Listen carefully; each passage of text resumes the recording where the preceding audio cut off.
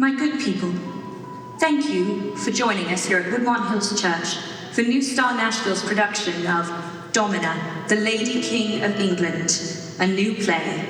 Please be sure to silence all your cell phones.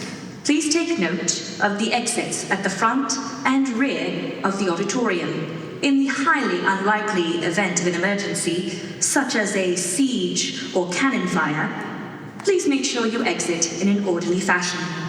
There will be a 15-minute intermission. Now please enjoy Domina, the Lady King of England.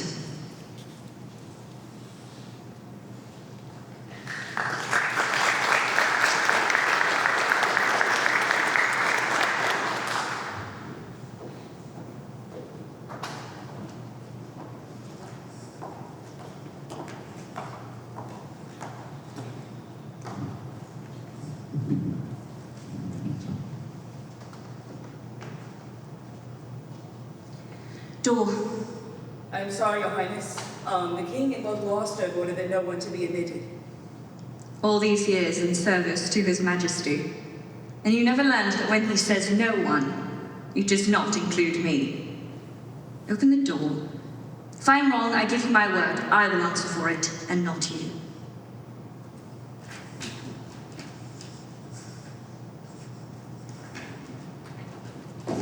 Robert. Empress? Is the king any better? No, I'm afraid not. Well, we cannot fault him for mourning. Indeed. I should be with him now. Indeed. I fear you alone can lift him out of this darkness. What is to become of us all, Robert? What can our father do now? I do not know.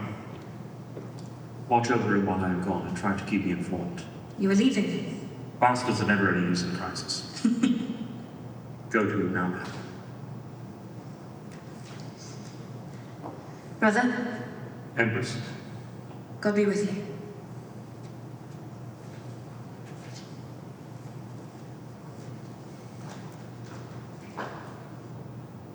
Who's there? Only a friend. Oh, come, daughter. Pray with me. Should we pray for his soul's release? I have just sent Robert on a pilgrimage. Thousands of masses are being said for William's soul in every corner of my domain. I am praying for my other child, for England. I beg you, as your daughter and your subject, to look to your own sorrow first.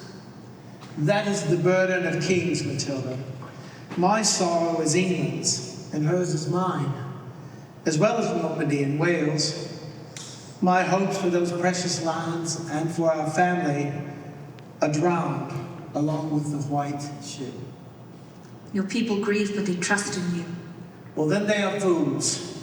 No ship that ever sailed brought England such disaster, Matilda, daughter. We lost. We are Norman. We find our way through every storm. Do you remember the day that I showed you and William the tomb of your grandfather? Your brother said that he was going to conquer the world just like his namesake. And you, no more than 7 years old, said... I said conquering does not make a king. I stand by that. King William's strength and your own is your ability to inspire your people. When the people believe in the king's dream, there is no boundary they cannot cross. Your people will love you long after your sword has become too heavy for you to bear. We are not beaten, Father. My only heir is drowned. The rest of France will be circling our territories in the wake of this tragedy. We need allies. We cannot show weakness. You cannot show that which you do not possess. Let them come for us. They will not take one track of your lands whilst we have breath left in our bodies. What would you do to aid me in my time of sorrow? Whatever you command. My life is our people's, but I must return to the continent, must I not? The Emperor will be missing you. The Emperor is accustomed to waiting for me. He is your husband. And you are my father. The German people must wait for me. That day in Rome, when the crown touched your head and you were made Holy Roman Empress, I thought the heavens were going to open up and sing. I was so afraid that day. Afraid of letting you down, embarrassing my husband. Most of all, I was afraid this crown would be too heavy for me to bear. It was a heavy burden for a girl of 15. 14, Your Majesty. But you asked of me what every king asks of his issue. To help bring prosperity to the kingdom, I was proud to be a part of that. You never once wished that you had been born the daughter of a country baron? One who could provide you with comfort and a good match that did not require so much? Perhaps even one that you had been able to meet before the betrothal? Not once. I love my father and my king. I love the country of my birth, though I honor my husband and my adopted country. The Germans are the luckiest of peoples, for they have the kindest of queens. Should like to be known for being kind, but somehow I do not think that will be my fate. I have never been good. You are the greatest of empresses and most wonderful of daughters. But I have never been good, father. You and the Emperor have both been witness to my lack of womanly modesty and meekness. Oh, leave the blushing for the maidens. It is not the business of queens and empresses. What will you do when I'm gone? When you have gone, I shall call upon those whom I trust. Robert, Rufus, one or two more, and we shall decide what action is best to take. Oh, father, how can I abandon you now? You have lost mother, and now William, and... But I will not lose you, daughter. You have always been my strength. From the day you were born, I remember the first time I looked at that little face, and I knew then that you and I would always be as one. He was drunk, did you know? Not only William. Apparently everyone on the White Ship was drunk. Roaring drunk. Well, before you go, ensure that your captain is sober.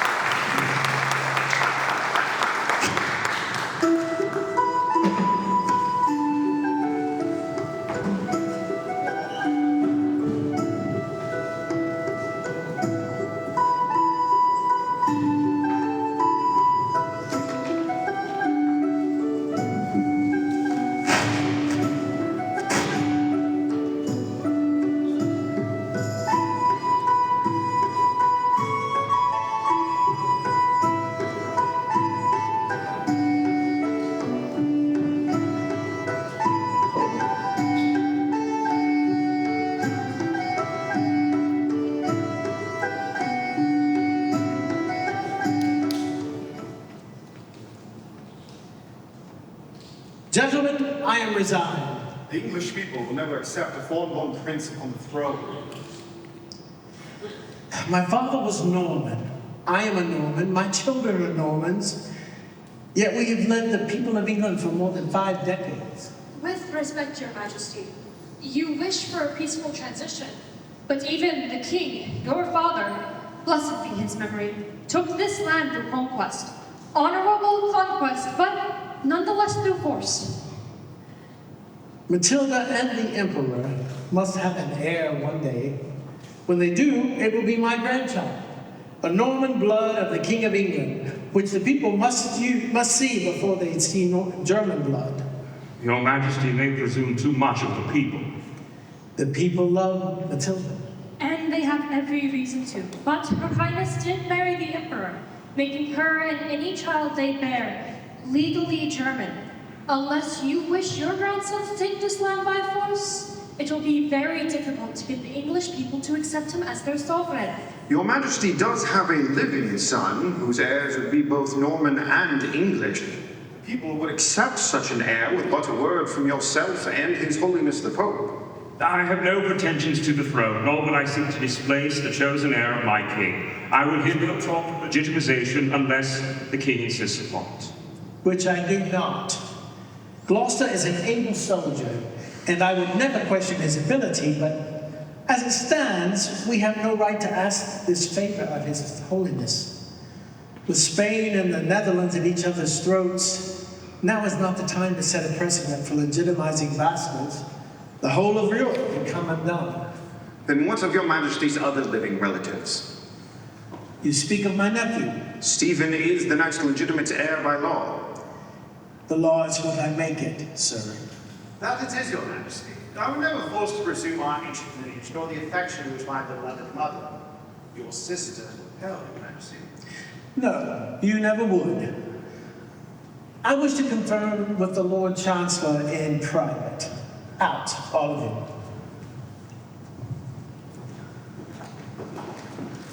you. Now answer me truthfully. Would the people of England accept Robert or Stephen any more openly than a German-born grandchild of mine? The Saxons can have no objections to a German king, your highness. But there are only a handful remaining. It is the Norman barons who hold the country in their hands. Assuming that they would support him, do you think the Pope would legitimize Robert? William the Great was bastard son of a duke and a washerwoman. The papacy did not interfere with the succession, but we cannot say the same for this. But I do believe that there is another reason your highness does not wish to pass the throne to my Lord Gloucester. Robert is a pessimist at heart. He's a soldier, not a king. And Surrey is right. My father came to power because he fought for it all his life. Above all else, I despise bloodshed. But now, I see several paths open to me, but they could all lead to carnage. A liberating notion, your majesty. What? When every path may condemn you, you are free to choose the one that you believe in. You are free to choose the person that you believe in. Could you ever believe in my nephew? I cannot trust Robert's advice on this. He has hated Stephen since childhood. Stephen does have powerful friends, including his brother the bishop. The church would back his claim and bloodshed could be avoided, but as for the people, Stephen is not their king. And he never could be. Stephen is not as blessed as you are, as your father was, as your daughter is. I'm not arrogant enough to believe that kings live any longer than any other man. Matilda has yet to bear a child. Should I leave the crown to my future grandson, I will be gone long before he comes of age. She would rule here as regent in her son's name for several years at least. England and Normandy would be in fair safe hands until he came of age. And she will raise a fine king. Stephen is my blood, and as an uncle I care for him. But as a monarch, I must make decisions that may hurt those whom I care for. We know that, your highness. All of us.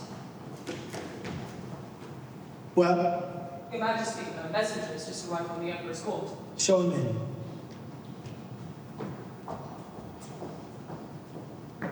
Your Grace? Is your message from my daughter or the Emperor? Her Highness, the Empress, Your Grace. And? Do you know what this letter contains? A little, Your Grace. Well? Pardon, Highness, but I am sure the Empress chose the right words of this message most carefully. Perhaps I should... Yes, very well. Feed yourself and be on your way. Apologies, Your Grace. Given the letter's importance, I was instructed to wait for a reply.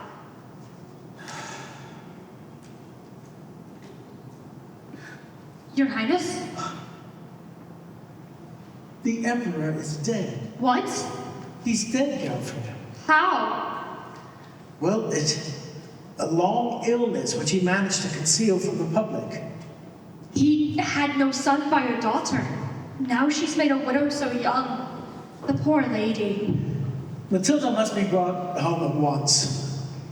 Of course, your highness. I will see to it that everything is in the Empress's comfort while she is in mourning. Yes, right. Rufus, did you mean what you said a moment ago about supporting Matilda as regent of England? Of course, your highness, but now... Now we must think again. Yes. Yes, we have much to do. Come, we must prepare. Yes, sire.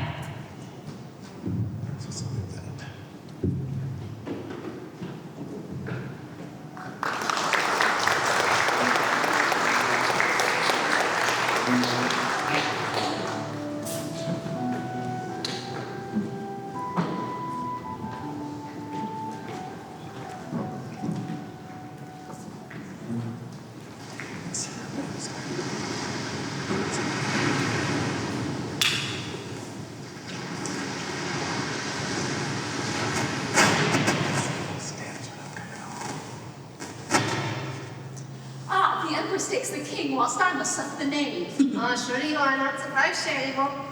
She has spent the past 12 years at the Emperor's card table, apart from those stuffy German ones at every time. Oh, I shall be ever so grateful to be surrounded by good French wine again. The German equivalent just does not come down. You speak as though we were not happy in Mainz, Isabel. Oh, apologies, Highness. I shall miss it dearly, but even you must admit that England and Normandy have their advantages, chief among them the wine. I assumed you would say the language. You always did have a fondness for the French tongue. Oh, for shame, Vaughn! As if you were any better. Won't you miss your flirtations with Belle-en-Meyer? I do not believe so. The Baron's attentions were starting to wander anyway. Back to his wife. She is welcome to him, Your Highness.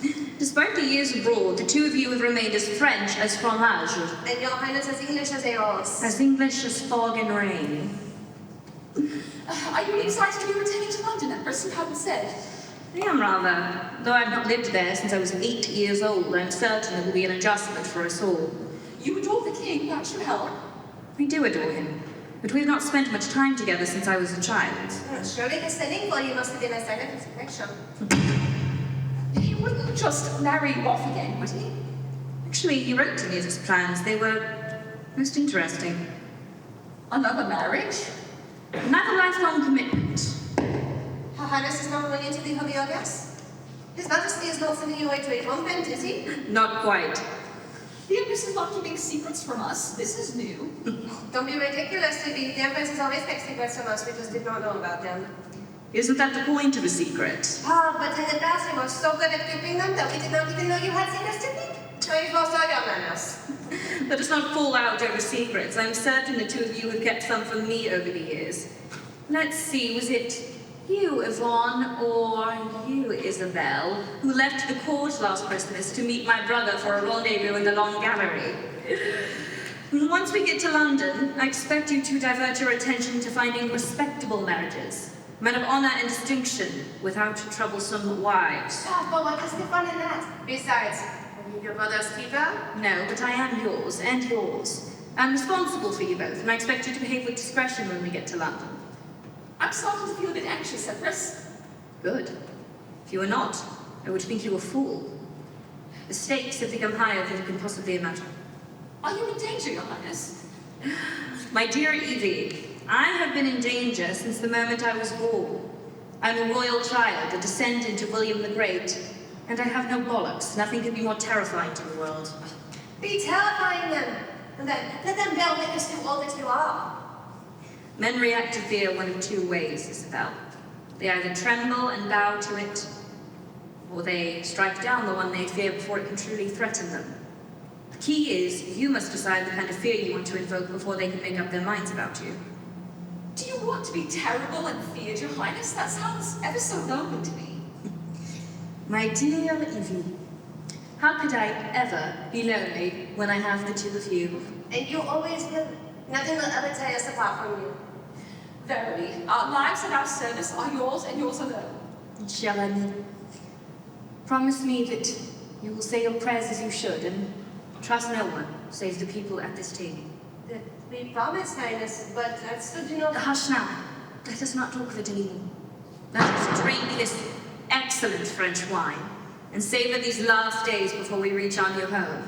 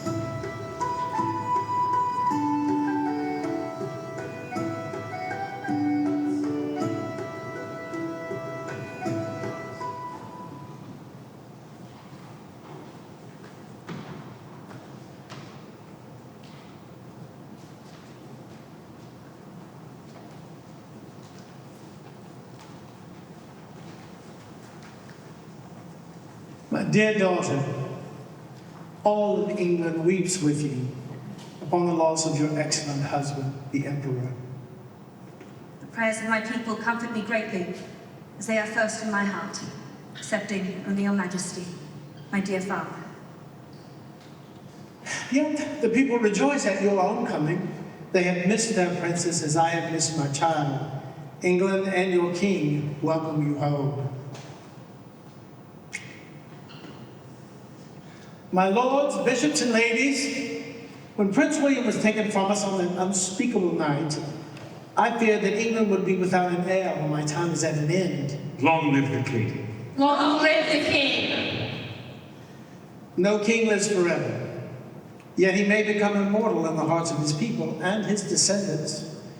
My lords, I proclaim before you and the Holy Mother Church that my line shall not end with my son. I shall give you an heir, one with the blood of my father, the conqueror, to reign over you after my death. I give you my successor, my beloved daughter, the Empress Matilda.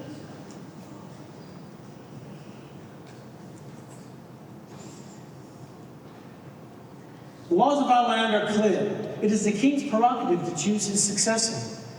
I have a living child, and nothing forbids a woman from succeeding to the throne in the absence of a male heir. My child is a princess of England, niece to the King of Scotland and the granddaughter of King William, who united England and Normandy into one nation. None have a stronger claim to my throne than she. I ask you, my lords,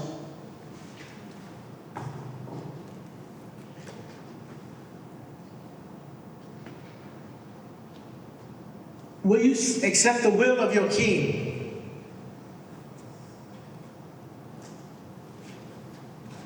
Your Royal Highness. Lord Chancellor. Empress. Dear cousin, Sweet lady.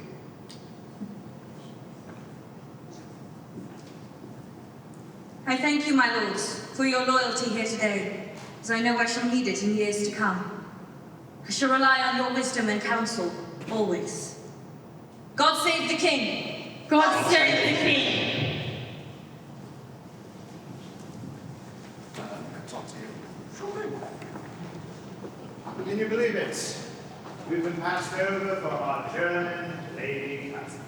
Oh, dear brother, you have been passed over, not I. As a servant of the church, it's never a contender for the throne. It's unmatched. Don't not deny my cousin's intelligence nor resourcefulness. No man could. But a woman is not a ruler of men. Doesn't the word of God forbid? In many cases, I incline to agree with you, brother, but there are exceptions for the one who will free the call. Thank you, Matilda has the call. Even I cannot presume to know the will of God. Oh, right. Think it unlikely. I've just pledged myself, and I've accepted her as my uncle's heir in front of all the nobles, and I can't speak against her now. No, brother, you cannot speak against her.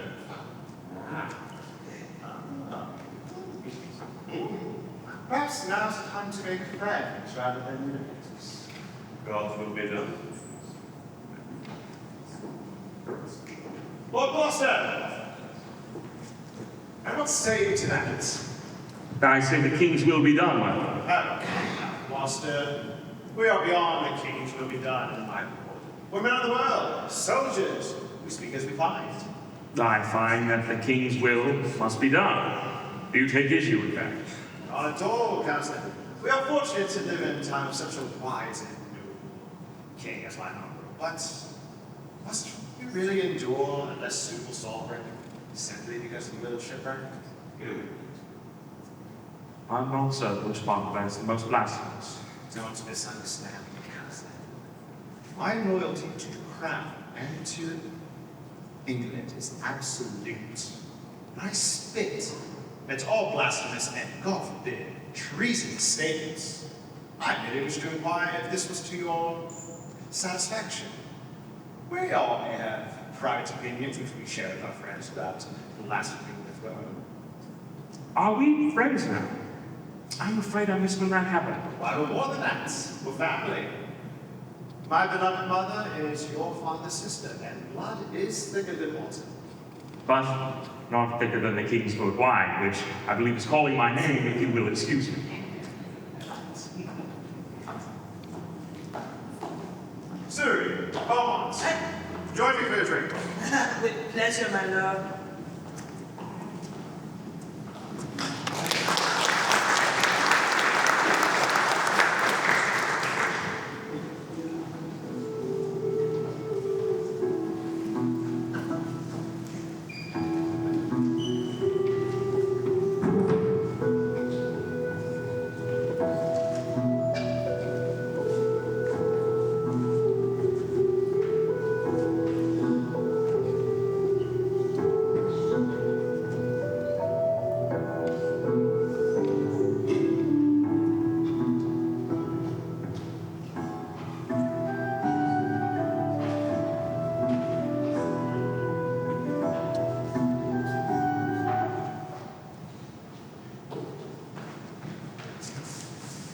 Empress, Your Majesty.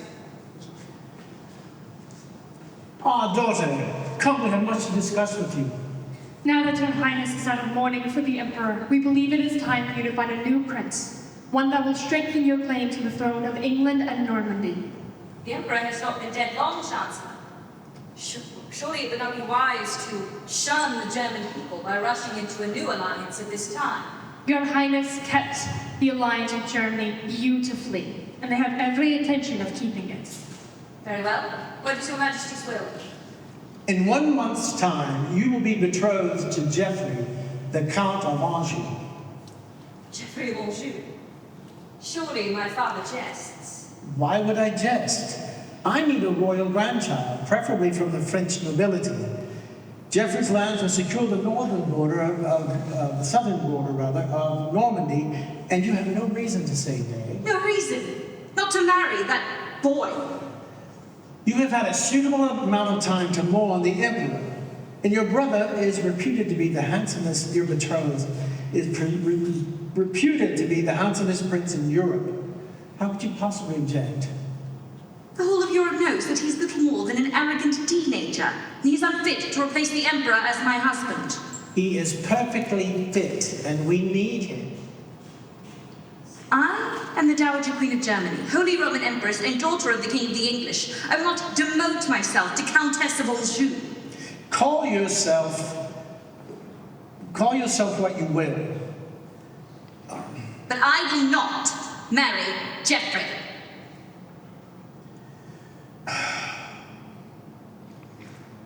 Lord Chancellor, perhaps you could give us a moment. Yes, Chancellor Rufus, leave us. This new position has made you too bold. If you ever speak to me like that again, I shall banish you from court until you have learned respect. I have never shown you the slightest disrespect. You sent me away at 8 years old. I went willingly. I married Henry 4 years later at your command. When he died, you sent for me to return, and I did so. A lamb striding through that pack of wolves at Westminster. I do not need to learn respect. But this disrespects me, and my lifetime of service to you and to the people of this country. How can you do this? Daughter, everything I have done is to preserve your future and the future of our nation. I do not claim to be a perfect father, but I have always tried to give you a life that would provide you with protection. As a woman, you will struggle all your life to hold on to power. But with a husband to lead your armies and an heir on your belly, the nobles will yield to you. You know as well as I that accepting you as my heir was compulsory. Not everyone who bowed to you in Westminster will support your right to succeed. If you do not marry Geoffrey, the first years of your reign will be spent trying to hold the nobles of England, and the rest of France will seize Normandy while your back is turned. Marry the boy, let him give you heirs, then let him stand behind your throne for the rest of your life. We need his family. The Plantagenets may be the key to securing peace to this isle for the next generation. I very much doubt that. Oh, you have your mother's Scottish stubbornness. Or your Norse stubbornness. Were I pliant, people would question my parentage. Matilda, what did I say was the burden of kings? England's troubles are yours, and your troubles are hers. Precisely. When I die, England and Normandy will be in your hands. Adding Anjou to your domain will only strengthen it. Do not separate your personal desires from the needs of the nation. Desires are like mutineers. They will try to rule you. They will attempt to undo all that you are bound to uphold. But you must always fight back. Personal desires can destroy a king faster than a traitor with a knife at his back. It is the single most important lesson I can teach you as my successor. When would we leave for Anjou? Soon. We shall meet him in Normandy first, at Rouen, where I will make Geoffrey a Knight of the Garter, an honor deserving of the future consort. The wedding will shortly follow. Is there no better offer? From Spain, the Italian states, or Portugal? It's France we need to secure. There are rumors, Matilda. Since I made you my heir, Stephen has been settling old debts, forgiving ancient grudges, gathering as many friends in court as he can. When I die and you sit on the throne, he may use his influence to rule, in fact, while you merely rule in name. Is that what you want for England? Is that what you want for yourself? Very well. I shall wed Geoffrey. And bear him a son? Oui, bien sûr. And bear him a son. Good. Thank you. I wish I could tell you that you will no longer have to make such sacrifices when you are the sovereign, but it is only the beginning. What we want is of no consequence. It's what England needs. And we are England. We are England, Father. My child, I know this is not the life you had envisioned for yourself, but I was not in love with your mother when we were wed, yet we came to care for one another and to make allowances for each other's diversions. If you do not like the Comte, you both can learn to do the same thing while keeping your eye on the greater goal. It is possible. I have no interest in creating diversions, Father. Nor would society allow me to. The laws for women are not the same. But if we can succeed in this law will be what you declare it is. Do not be a mere queen consort, Matilda. Be a sovereign. And marrying someone below you in rank means that what is yours shall remain so, and he can rest happily in your shadow. And it keeps up the illusion for the small-minded courtiers that you have a husband guiding you. Only a fool would assume that. But some of those fools have grain stores and armies that may one day be useful to you. When one is sovereign, they make the rules, but they still must play the game. I will play the game and I will win, Father, but I will win my way. The lords of England choose to believe that a man is ruling me, so be it. Let them keep their delusions, for as long as they remain useful to the country. You have become quite the politician, darling. But you're stubborn and proud. Do you mean I am acting like a king? Yes, that is precisely what I mean. I hate the thought of another separation, but we must endure. We always do, Father. And we always will. Besides, once you've brought England an heir, I will have to attend the christening. I will do all I can. Well, you have the Norman resolve that your brother never found. I miss him. This never should have been your burden to bear alone. But I think we both know that William would have relied on you even if he had succeeded. I should have been the right hand, not the head. You will be a fine head of state, Matilda. But if he does not meet your standards, think of the future you want to create. Then you can endure everything. Then my true husband shall be the crown, whilst Geoffrey merely stands at my side. Now I should have my ladies make ready. We have a long journey to prepare for.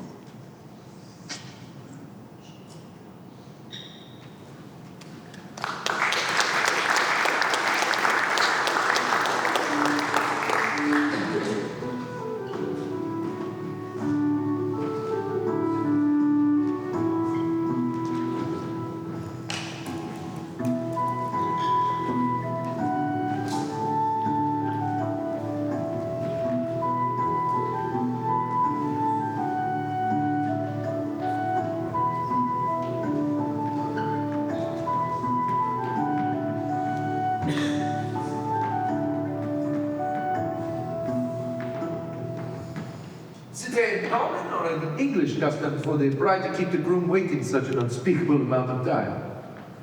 My apologies, my lord. I'm sure they will be here any moment. All those reports about her beauty and grace. If only those tales had mentioned her penchant for lateness. Apologies, Highness, but her official title is still Dowager Empress. So, she was once someone in England. She was once someone in Germany and may one day be someone in England. At least our northern border is secured by this alliance with the King of England. Your son will one day rule the combined territories of Normandy, Anjou, England, and Wales. Your son will one day inherit a third of Europe. The prospect of which pleases me greatly. What does not please me is this endless waiting.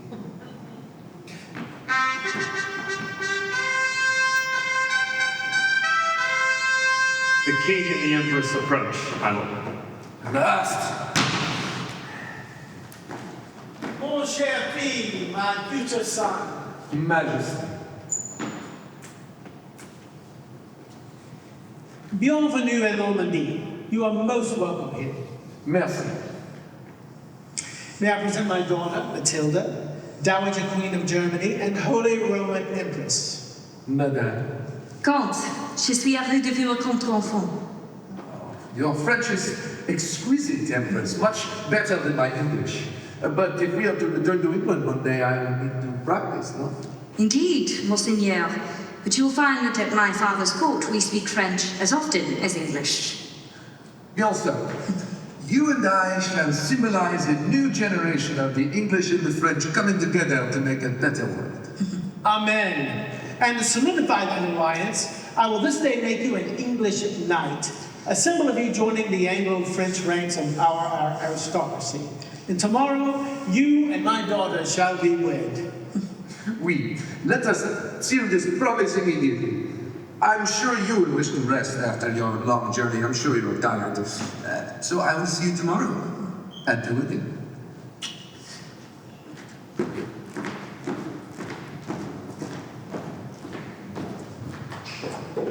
Did he dismiss me? As if I were his subject. Does he not realize this is my father's palace? I am certain of it no disrespect. It has been a long journey after all. I quite like it. The rumors were right about his good looks. Yes, they were. Unfortunately, they were also right about his insufferable arrogance. I cannot love a fool, however handsome he may be. Love may come with time, but you're not like the rest of us. Your future is not completely tied to your marriage. There is much more for you to achieve. Yeah, once you leave England, then perhaps we're going to see him again if you do not wish. Let him remain here in Anjou while you rule across the Channel. And the Comte is still a boy now. He may surprise you once he becomes a man. Oh, I doubt that very much. Still, you're right about one thing. Geoffrey Plantagenet may be a part of my future, a rather unpleasant part, but I have more important things to attend to than falling in love with my husband. If you do not, Empress, then I may. You are more than welcome to, Isabel. Or better still, run away with him tonight and spare me this wedding. Surely, my lady, your desire for the throne is greater than your dislike for the Comte. Indeed it is. Narrowly.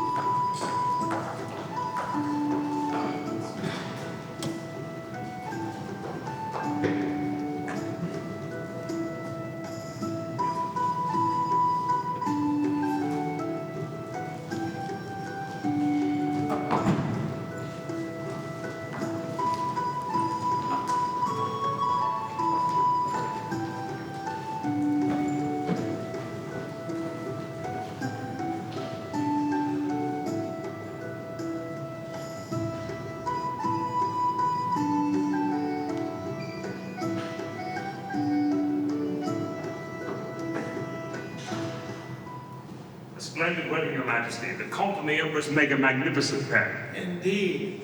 I must confess to you alone, my son, that I was not entirely certain she would come to the church this afternoon.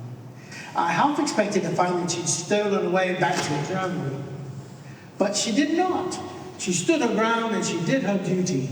She was a true empress. Will she not be called Comtesse d'Anjou from now on? That she utterly refused, and I did not argue. It's not an easy thing to be Holy Roman Empress one moment and then merely Comtesse the next. And the title is less important than what the marriage brings us. Yes, Your Majesty shall live to meet your royal grandsons after all, and they shall bear your name and hold your kingdom. Most happy thought. There's no ill will, is there, Robert? You understand my decision. Why I could not... Majesty, I would have done the same. Matilda has lived and breathed for the throne her whole life. I would never begrudge her it. That is not my path. Never has been. I'm glad that she will still have you to look after her when I'm gone. Oh, come now, we all know it will be her looking after me. Oh, here comes the radiant couple. May God bless your highness, and may your union bring forth many heirs to the throne of England and Normandy. Well, let us away. I'm sure the young people have no further need of us. Good night, my child. And thank you.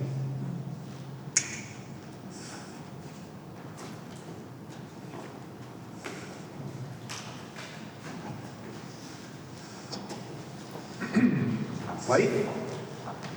Husband?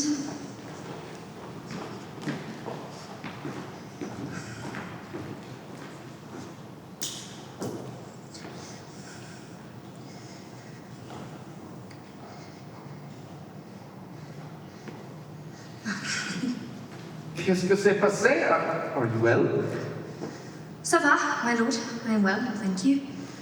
But you do not want to be kissed by your husband? Forgive me, my lord. A widow is not used to such kisses. You are no longer a widow. You are the Comtesse d'Anjou. I am the Dowager Empress. You will forgive me, but I will retain that title. The Emperor is dead. Your new husband is very much alive. You must share my name. I am the Empress, and I shall be called as such until the day I die. You wish to begin by defying me. You wish to begin by denying me. You are the one used to giving the orders.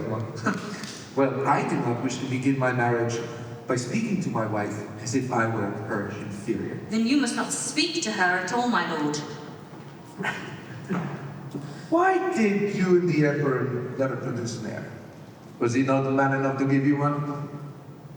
Yes, Comte. He was man enough. But not with you. He preferred the flowers of his own country to a chilly English bitch. Were my father the king here, he would have cut you, struck you down, and cut off your manhood. Why bother? You have already undone me enough tonight. If my company is so displeasing, my lord has my permission to retire to his own chambers.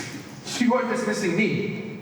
I invite you to retire alone. Or if you wish to seek comfort elsewhere, I shall not object. You wish me to take a mistress on our wedding night? I'm certain my lord has done so before. You do not know me, yet you judge. You make assumptions about my habits. You knew not the emperor, yet you judged him. Matilda, this will not do. Do as you will, my lord. As long as you do not shame me in front of the court by flaunting your mistress, I will not stand in your way. That is it then. Good night, wife. Good night, Comte.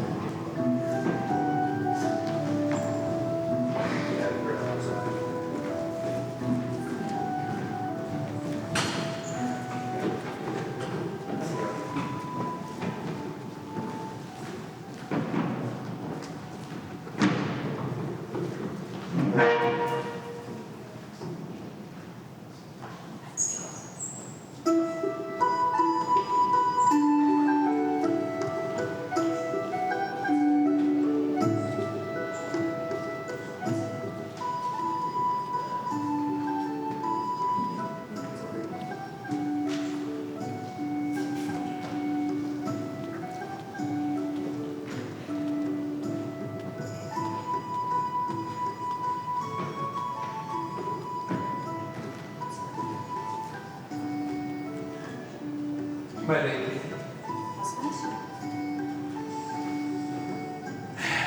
I trust you had a pleasant day, my darling. It was most interesting. Perhaps, if my lord had attended the meeting with the Norman ambassador, he would have found it interesting as well. Apologies, I was out hawking. I am amazed my lord has time for so many amusements. With Spain and the Netherlands practically at our doorstep, your ability to balance your responsibilities with sport astounds me, husband. Sport is sometimes essential for politics. I was out hawking with the Pope's representative to the Vatican. It is his favorite pastime. And this productive sport resulted in... Are you providing the wine to the Vatican for the next year? Is the Pope going to uphold your claim to your father's lands? Is he going to uphold your wife's claim to England and Normandy? Well, not everything can be accomplished in a day. Politics is a long game. Absolutely everything cannot be accomplished in one day. But you have proved it's possible to accomplish absolutely nothing in a day. Beg your pardon, my lord. I'm accustomed to serving the Empress first. She may be the Dowager Empress to the rest of the world, but we are still in Anjou. Need you assert your premiership, even to my ladies? You may insist on calling yourself Empress, but here, you're the Comtesse d'Anjou. It is an English custom that the lord be served before the lady is by. Why does the daughter of the English king resist it? Indeed, it is an English custom. Yet my lord has just made it abundantly clear that we are in Anjou. You will serve your lord first, from this point on. Very well. I have no wish to prolong this childish debate. Please serve the Comte first when we dine together. Yes, Empress.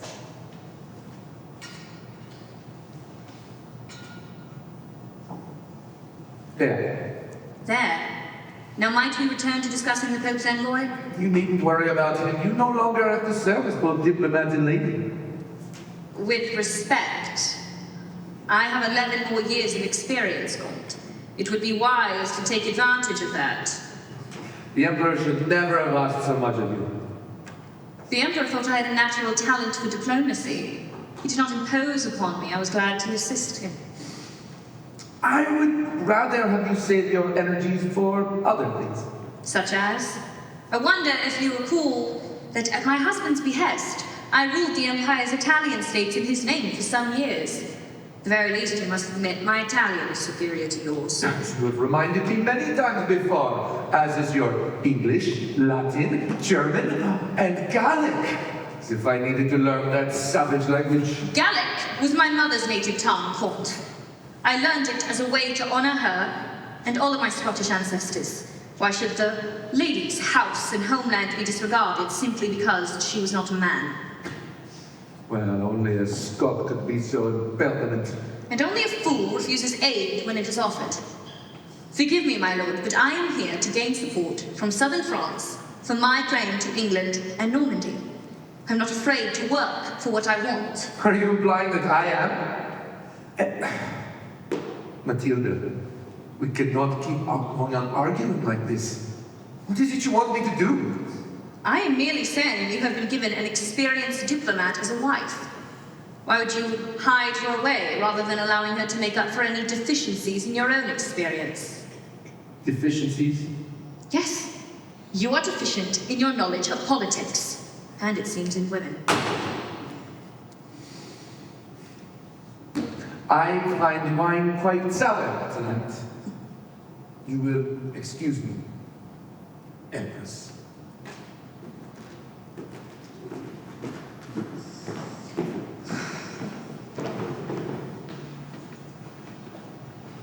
Tell me how I am to endure this duty. How can I make a life or an heir with such a man? Empress, you must do as you have always done. Work for the good of your country.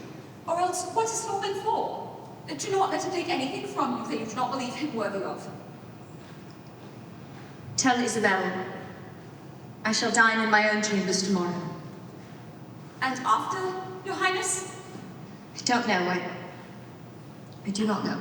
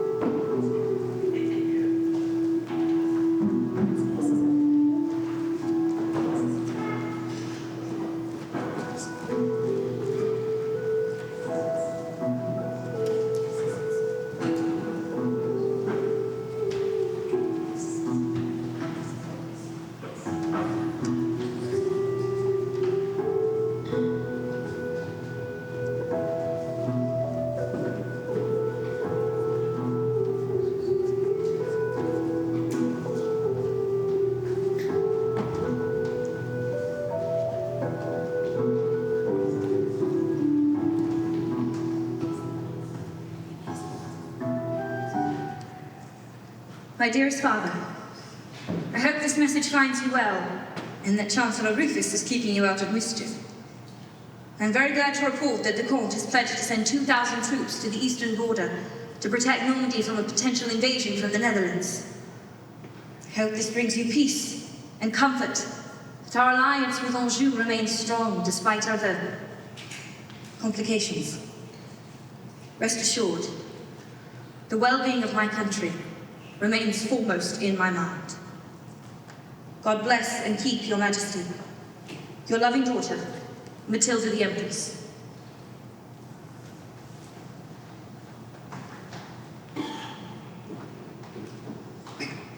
Beloved daughter, I thank you for your labors in preserving the alliance. However, I must remind you that securing our borders was not the only thing I wish to gain from Geoffrey. I urge you to do all you can to give England and Normandy a line of princes to carry on our name. You must have heirs if you are to inherit the crown, else you shall remain Countess of Anjou for the rest of your days. Is this what you desire? I think not. Your devoted father, Henry the King.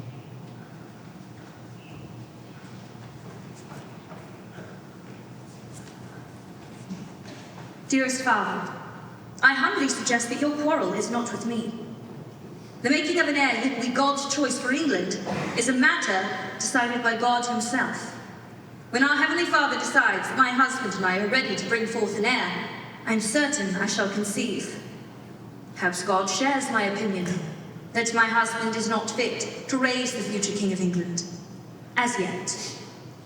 I will not bear England an heir until God deems the time right. Please send my greetings to Robert.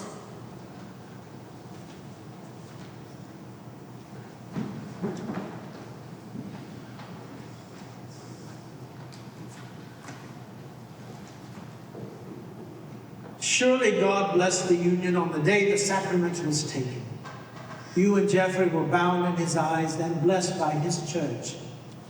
If there is hesitation, it is not from our Heavenly Father, but from you.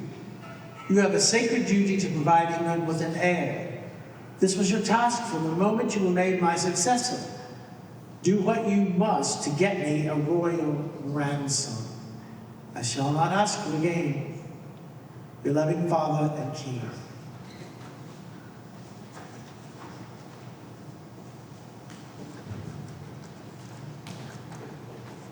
My dear father, and most beloved king, I regret that I must again disappoint you.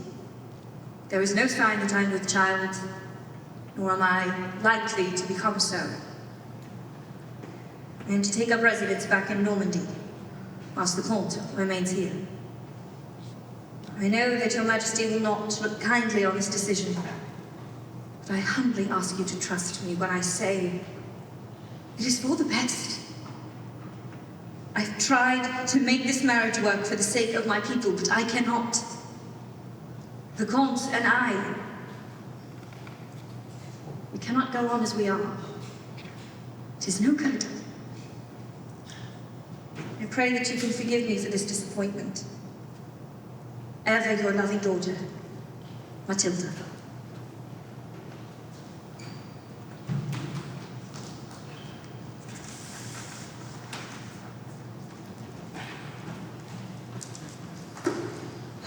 Isabel. Oh, Yvonne, will you do the trunk, please? When do you leave, my lady?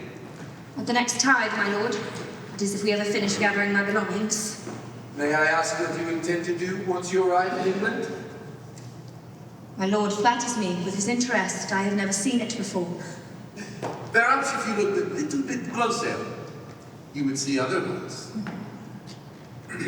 I would speak with the Empress alone.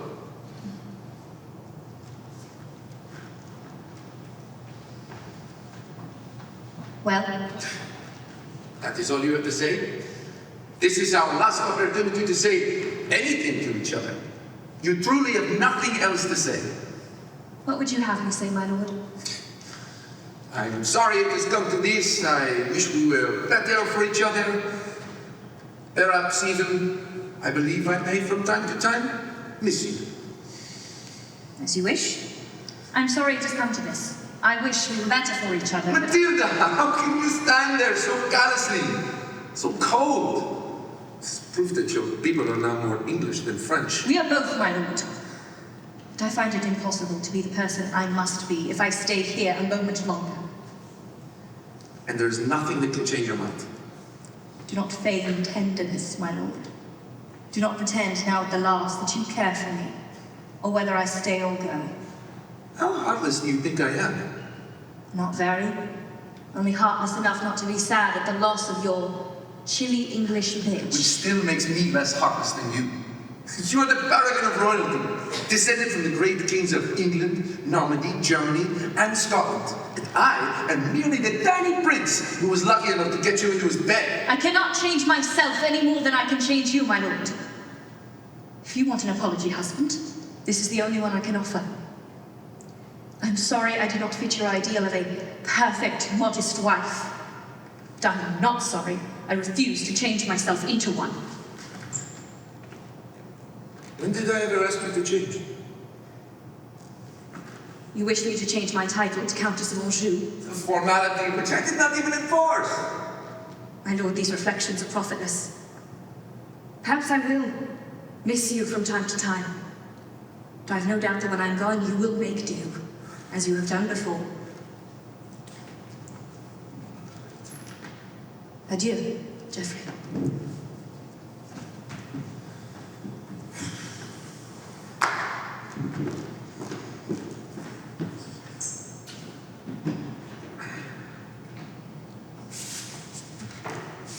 To Henri, King of the English, mon père bien-aimé.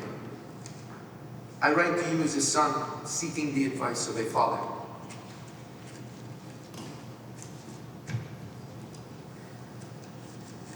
Boy, make preparations. I'm sailing to France in 1 month's time. I'm afraid that the Empress and her husband require my assistance. Sire.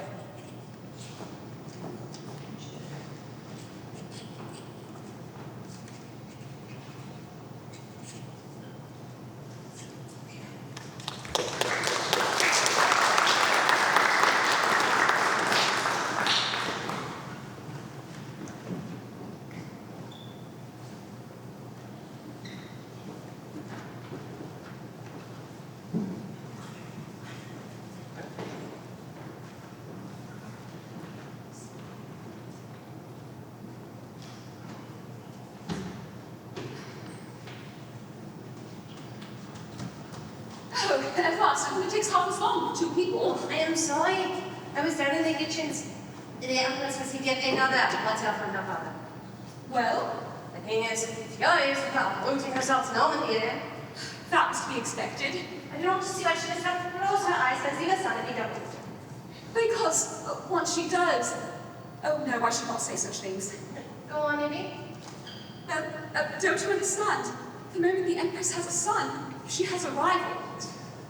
What can you mean? When the Empress bears a son, anyone who would oppose a woman's right to inherit, I assume at least half the nobles in England, would have a figurehead, an alternative heir. A baby. Try and think like a man for a moment. Would you rather have an intelligent and generous woman, or a great-grandson of William the Conqueror? Even a baby great-grandson.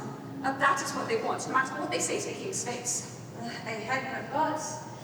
And even though she pretends not to, the Empress has a gentle heart. She would not wish to go against her son.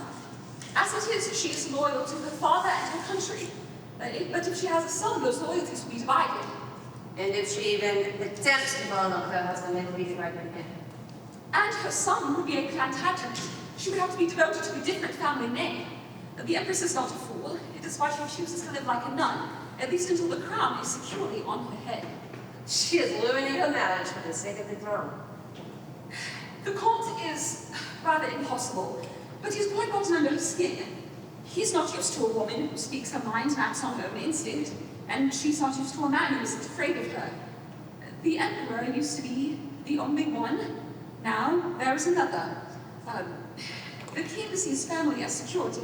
The emperor sees it as a threat. Yeah, but divine the king may be a more deadly and surely more pressing threat. How do you mean? He has summoned her to his palace at Rouen. She is to meet with the king and the counts, privately. God's teeth, what did she say when she read this letter? I was not there. I had the document chamberlain. I'm sorry to have missed it. I'm not. I assume anyone who was with her would have been thrown into a wall. Or thrown off the wall.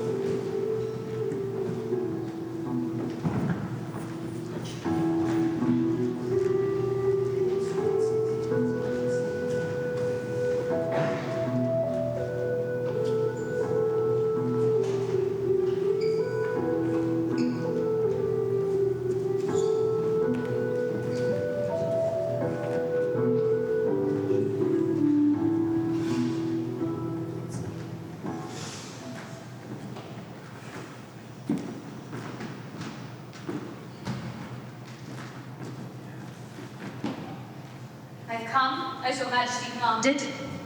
Empress, it is good of you to be here. Good of me. It was not where I had any choice in the matter, Comte. The king was most insistent, and threatened to relieve me of my place as his heir if I did not. Majesty, this is not what I asked of you. I said that I would see to reconcile as husband and wife by any means necessary. This was necessary. And it worked. I am here. Shall my husband and I now be forced to make you a royal grandson on the floor of this chamber, so you can be certain of my obedience? Matilda, you are my daughter, and I love you. But I am still your king, and I have no wish to hear your crude jests. Now, your husband wishes to speak to you alone. Surely my husband could have sent me that message without troubling the King of England and Normandy. It appears that you will not deign to reply unless forced to do so. You have pledged your lives to each other in the sight of God and men, and this day you will be reconciled. Now, I leave you for a time and allow you to come to whatever arrangement you must make in order to make this marriage work. But it shall work.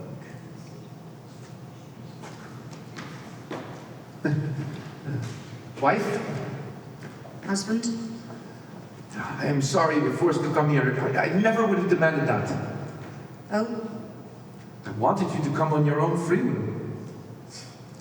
I cannot think of one time in my life when I have gone anywhere of my own free will. Why would I think to start now? You've no idea what it is to be a woman, Geoffrey. To be herded from place to place like a sheep or traded like cattle. You're always told that the reasons for this are bigger than the happiness of any one person. The really saying is, your feelings are too small to be considered. No matter how many crowns they place on your head, if you are a woman, you are too small to make your own decisions. Matilda, please speak to me. I know I did not listen before, but I will now.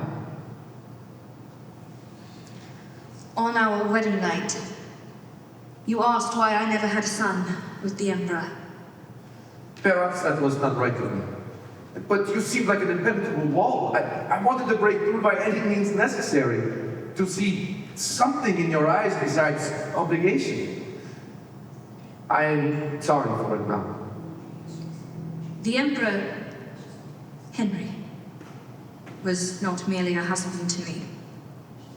I was sent to his court when I was 8 years old, and he was 29. We were married when I was 12.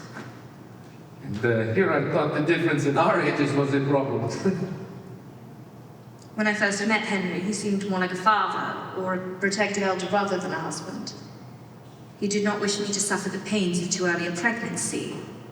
He said it could be particularly painful for younger wives. He said we had years to start a family, and when the time was right, we would do so. And we didn't have the time. I see. Did you love him very much? Henry was all I'd ever known. When I was with him, I knew who I was. And our marriage, to me, seemed to represent the end of who I was with him. I was not ready to let go of that. Had you told me that on our wedding night, I would have understood. But there was something else. Something I did not wish to admit, even to myself. I suppose I was embarrassed. I was older than you. I'd already had a husband, and you were likely expecting a much more experienced wife.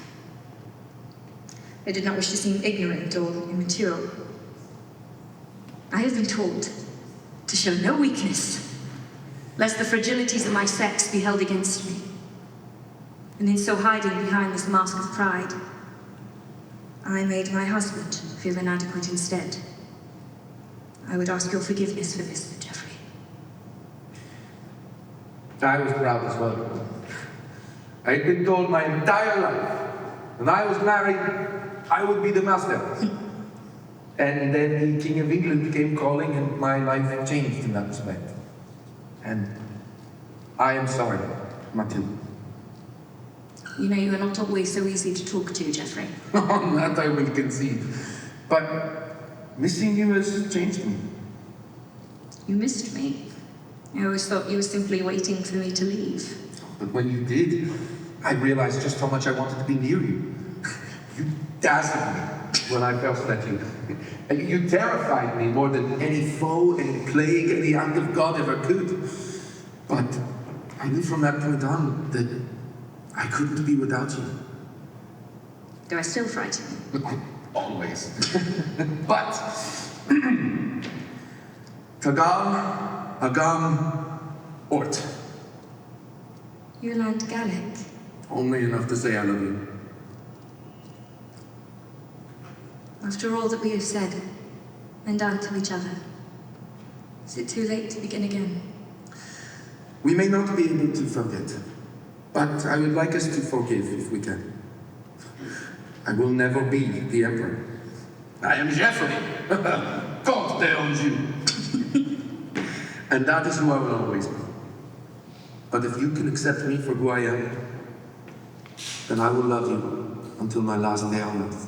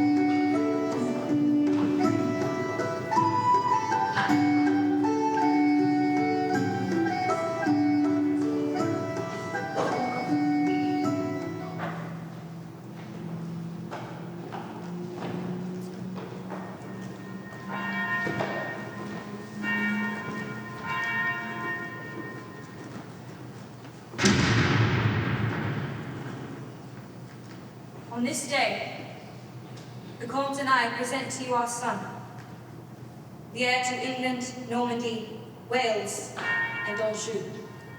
What name have you given the child, Your Highnesses? The only name for such a prince. He is called Henry, after his grandfather who will one day give him 3 crowns. Henry, ego te baptizo in nome Patris. Today, all my hopes are fulfilled. My beautiful daughter, the Empress, and her husband, Geoffrey, the noble Comte d'Anjou, have brought an heir to the kingdom and mine. This child, the next Henry of England, shall one day rule half of Europe, and the other half shall tremble before his throne. They will know who he is, the great-grandson of King William, who united England and Normandy, the grandson of Henry I, and the son of the Empress Matilda. 1,000 blessings on you, my child, and on your noble parents. Well done, Your Majesty. You now have 2 healthy heirs to carry on your line. I'm worried, though, that the barons will now wish for the child to take Matilda's place in the succession. I'm no fool, my son. No one can call Your Highness a fool, even behind his back. No king can ever boast such a thing. But ye men of sense know that Matilda will be better for the country than a child, no matter the sex. I charge you and the other lords most loyal to me with upholding my orders while I'm gone. The others will fall in line if the 2 of you show your support for Matilda. Then her merit will speak for itself. She has more of her grandfather in her than William ever did, God rest his soul. We are loyal to Your Majesty and to England. We are here to uphold your wishes and everything you ask. Robert? I love my sister, and my loyalties are never relaxed. I merely pray that when the time comes, others will see the wisdom in defying convention once in a while.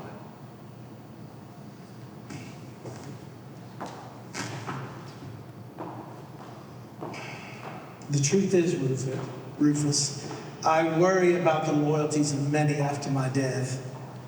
Watch them all. And watch my daughter. She will have enemies, and I do not want Stephen or anyone else with a claim among them. Surely you do not think Lord Gloucester would press a claim? No, I'm quite sure he has no desire for that. But whatever else he is loyal to England and will do whatever it is necessary to protect her.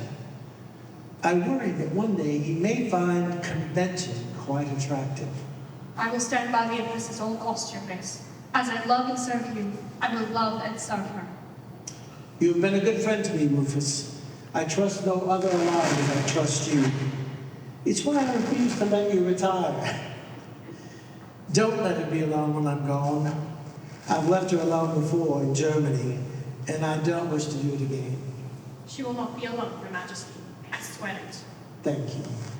Now, we had best return to the... Oh. Your Grace? Oh. It's nothing. Just a little indigestion. Come. The Empress will be remiss if we do not follow.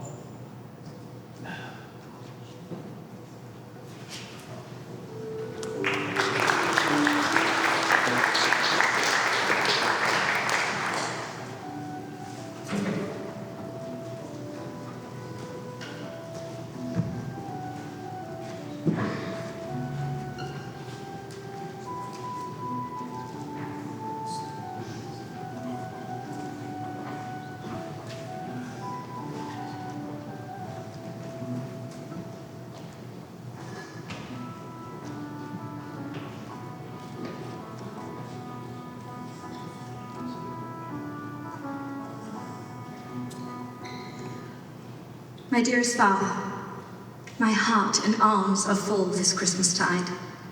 A fortnight ago, little Henry took his first steps across the great hall.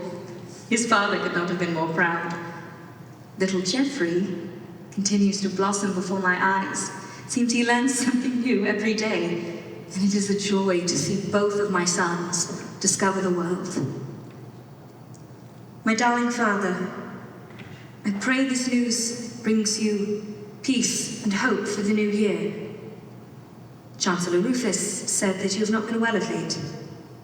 I shall pray for a swift recovery. Ever your devoted daughter, Matilda.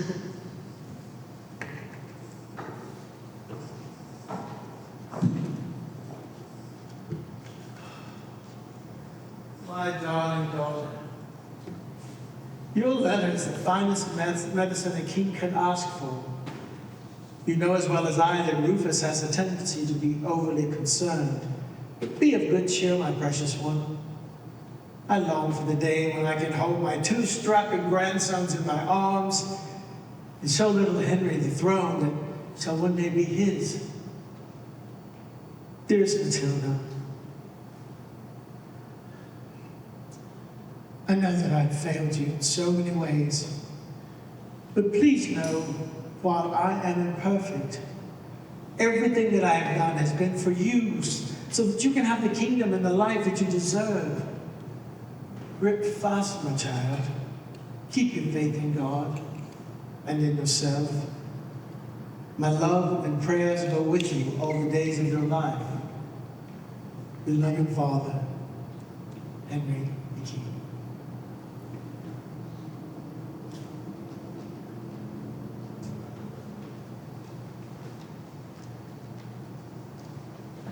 What is it, Evie?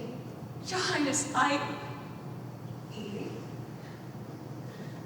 It's the king. Word has just come from the Norman and English ambassadors. I'm afraid His Majesty was taken ill on a hunting expedition and I'm afraid His Majesty died 3 weeks ago. As the king lay dying, he ordered the nobles to abide by their promise to serve you as the next sovereign. My queen.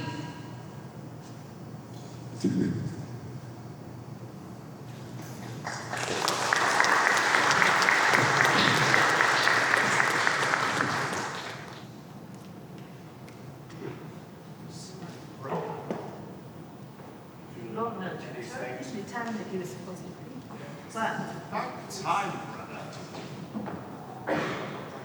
Wait. Wait. You know, my cousins behind you. Lord Gloucester!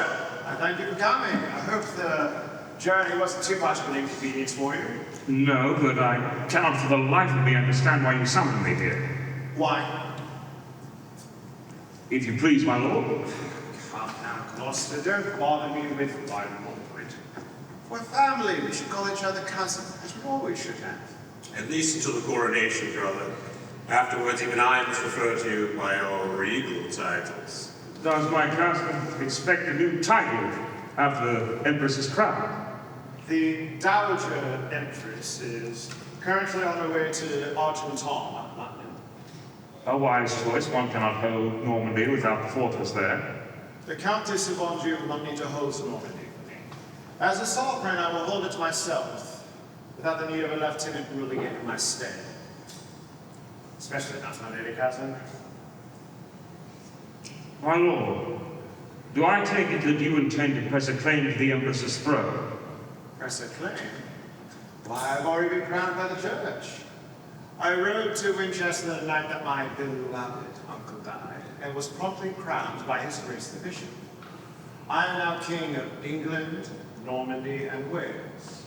A proper coronation will need to take place, but the plans have already begun.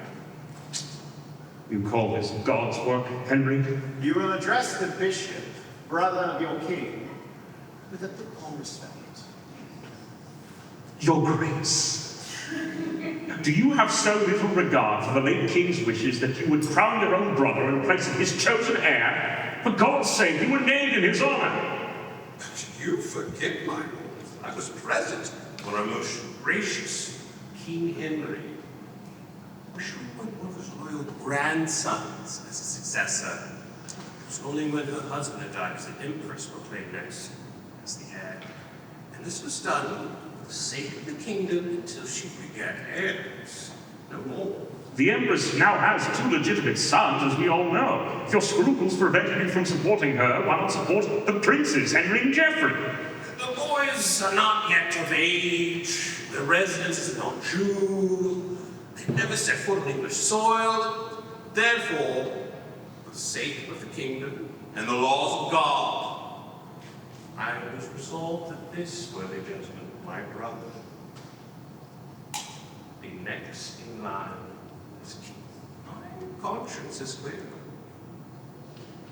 Both of you bowed before Matilda in this very hall, as did you, sir.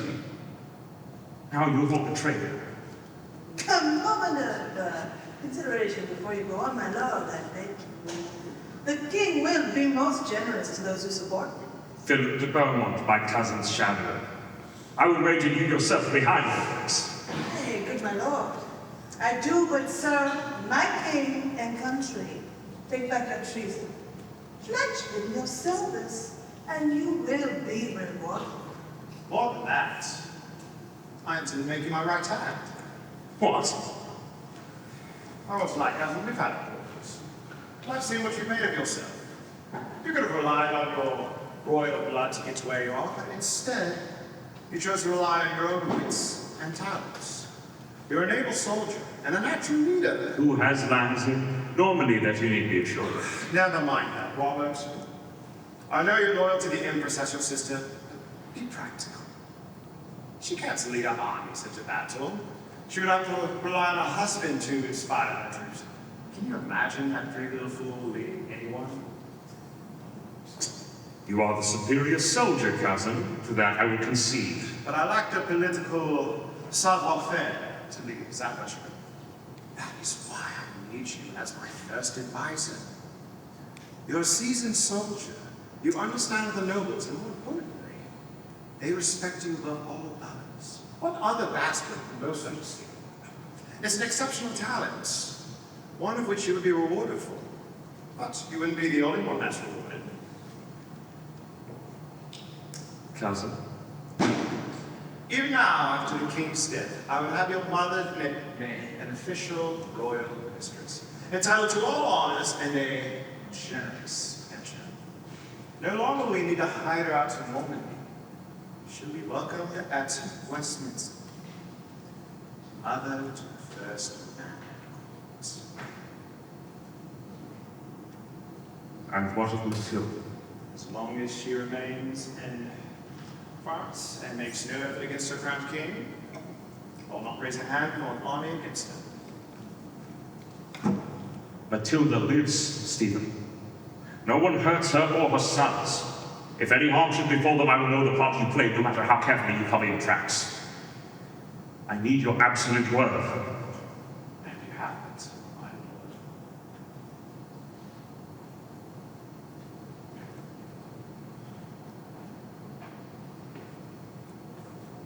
What would you have me do? Gather my uncle's counsel. It's time to make some adjustments. I'm going to look to you to fill the gaps. Yes. Grace.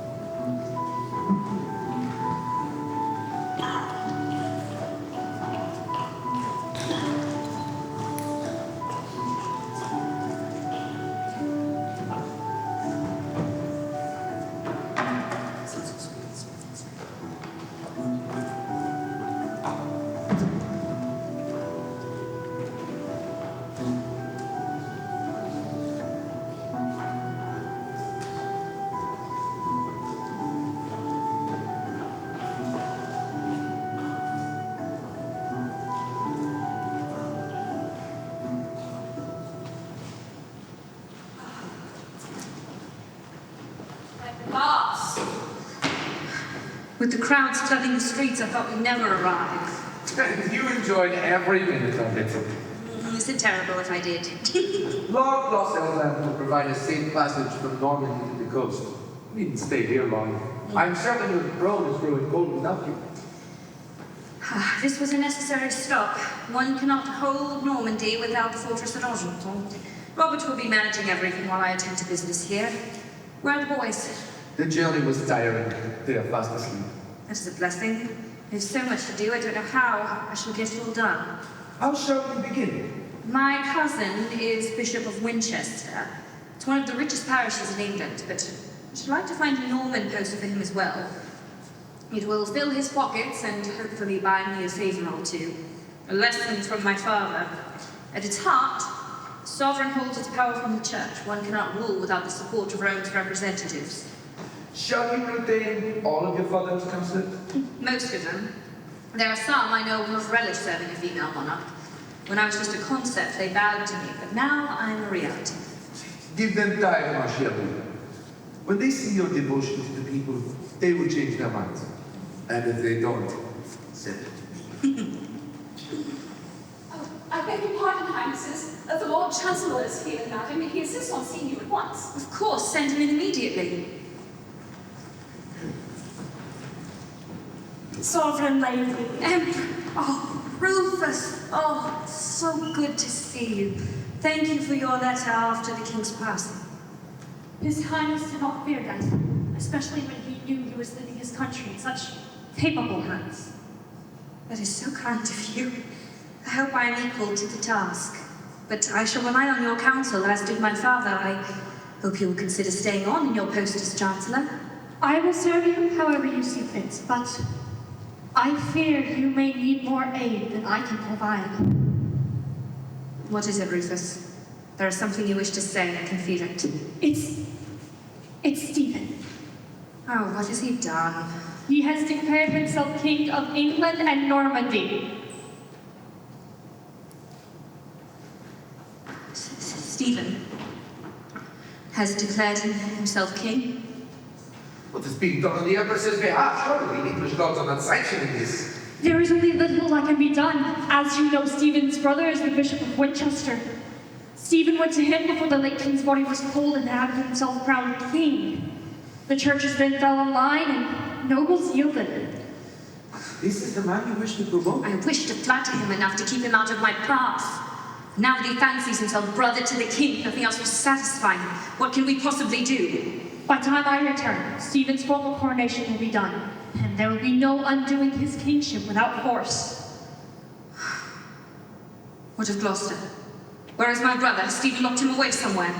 There was no need. The Duke of Gloucester was not speaking on your behalf. On the contrary, Stephen has taken him into his inner circle. He is now acting as your traitor's cousin's right hand. Robert has betrayed me too. He is serving Stephen as king. I could kill him. No, I won't hear that from any of you. He is your brother. You think I need to be reminded of that? But no one will kill him on my behalf. My sources tell me that he did talk the council out of taking any action against you or your sons. So he saved my family line and damned it all at once. How touching. Well, at least he still has a soul, if not any principles.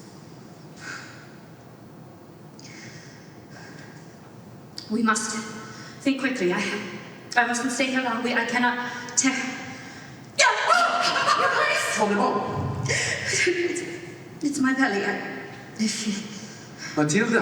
Rufus. Matilda.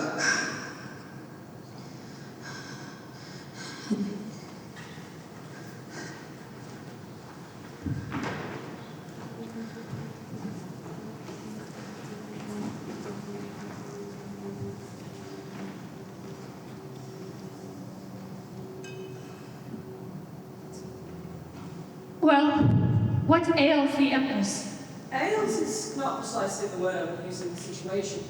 It seems your highness from child here. As I understand it, and similar things, it is not uncommon, especially for the baby. Can she travel? Her wish was to go straight to London.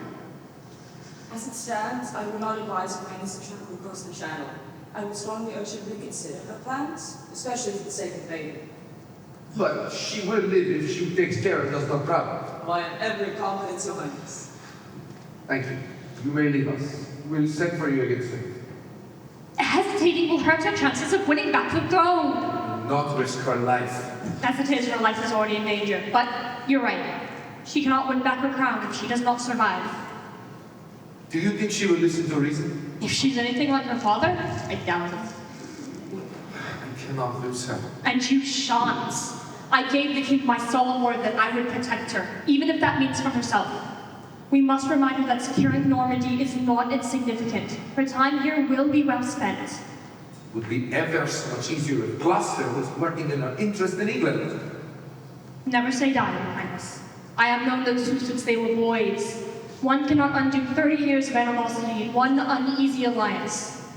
I believe we may hear from the penitent Duke of Gloucester in the coming months. But, in the meantime, I shall rally the lords, far from Stephen's watchful eye up in the north. Can it be done, Rufus? Will they accept a woman as their sovereign? It will be more difficult than you could ever imagine, but it can be done. And it falls to me to ensure that she lives long enough to survive this battle. This will not be a battle. It will be a war, and a long one at that. Stephen is not the kind of child to give up a toy he's barely had time to play with.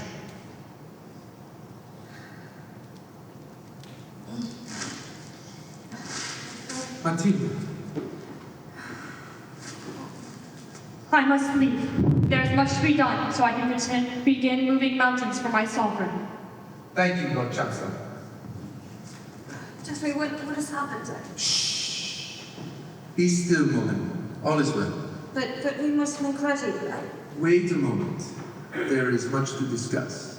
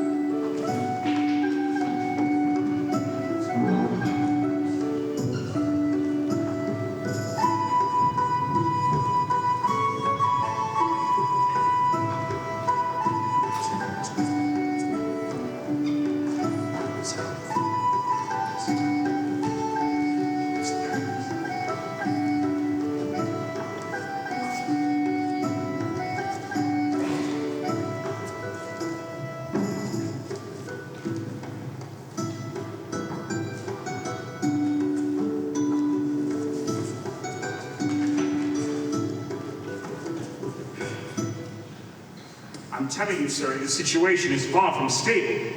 My lord, I'm certain you'll find a solution. The grain stores will never last us through the winter. What was the king thinking opening them so early? My lord Gloucester, the king merely wanted to give the illusion of prosperity. Well, had his coronation banquet. Well, had they been more sensible, there would be no need for illusions. Never seen such extravagance. Careful, Lord Gloucester. That is our king you are speaking of. A king who has spent an astounding amount in a mere few months. We shall have to borrow more from our allies abroad. He should have traveled to Rouen sooner. He plans to cross the channel in a mere 4 months, my lord. By which time it will be too late. The old king was no miser either, and does none any good to hoard the crown's gold. Except the common people whose purses are spent and there's money to go around. As it is, we'll have to raise taxes so the people grow angrier as they grow hungrier.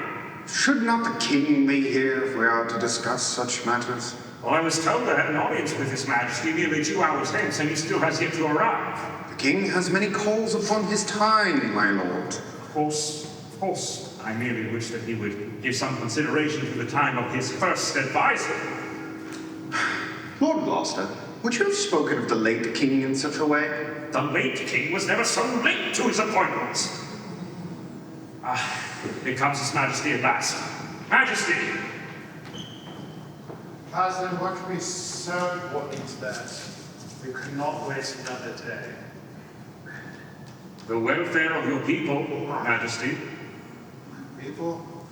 Surely they should have no complaints, especially those I gave about the coronation. Give the English people a spectacle, and they will give you their devotion. It is true, the people of that well, in awe of the coronation procession, and undoubtedly grateful for the beer and bread distributed as part of the celebration. You're the most generous of kings. But I'm afraid your Majesty's generosity has created a problem for the treasury and the grain stores. The treasury and grain are your business, cousin. Mine is in ruling these great kingdoms. But surely your Majesty realizes that one cannot rule if there is no food nor money. We will have to borrow more from our allies abroad and raise taxes to compensate. Do so, cousin. I will not be the first king that's had to raise taxes. But it is possible, your Majesty, that the people may see it as paying for the crown's extravagance while they work harder to keep less of their hard-earned brats. The laborers are there to labor, are they not? My father believed that it was the king's job to labor for his people, not simply give them a bit of theatre that probably starve them. The people will fall in line if they are told to do so out of love for their king. It would be best to show the same devotion that you showed your precious father. This is just the way things are, and have always been. I am certain that the Lord of Gloucester meant no disrespect. Your Majesty, his advisors merely try. Shut up! You have solitary, original thoughts, that empty-headed ones. I would have to rely on my uncle's bastard to handle my affairs. An uncle who had his son of my brother killed to make his way for the throne! That was a vicious lie, your grace, and you know as well. And even if it were, I would advise my advisors to forget the ways of the old king and look to the future. I thought, your Majesty, wished us to embrace the way things have always been.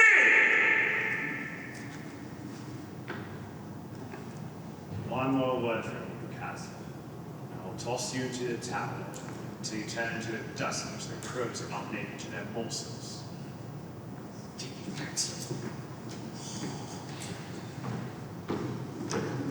You are both fools. I'm certain the king will not get you the money you want, Gloucester. It will only turn him against you. The king would never harm his family. Matilda was his family. And what he did to her was worse than sending her to the block. Forget the Empress, my lord. The Empress may be the last hope this country has. Silence! We will not hear of this treason. My Lord Gloucester, perhaps you should leave London for a time. Go to your estates. The king may find he has forgiven you too quickly. I will go. If not to save my own neck, then to save my father's subjects.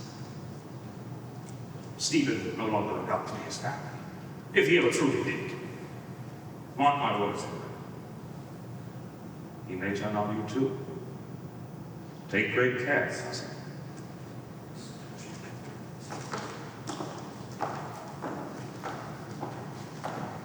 Think you will go to the Empress? He'll go to his own lands in Normandy first. From there, his fate will be in the hands of the Empress. She may have him killed for betraying her before the king does. Let us pray, Surrey, that neither Gloucester nor the Empress get delusions of grandeur. There seems to be much of that going around these days, Lord Frank.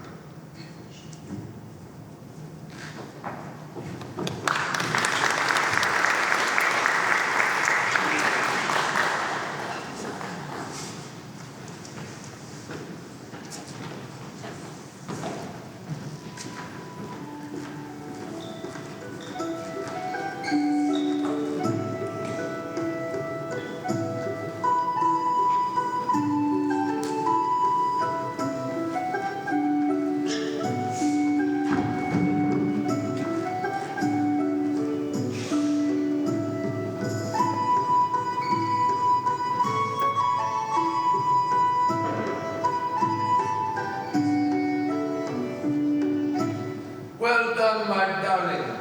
A dead prince for England and Normandy. And Anjou, my love. Me and Anjou. And now It is finally time to leave this place. You've not been idle, Matilda. Many of the northern lords have pledged their allegiance to you, and Stephen's neglect of the French territories has worked to your advantage. Must remember to thank him for that one day. Let me see my little William.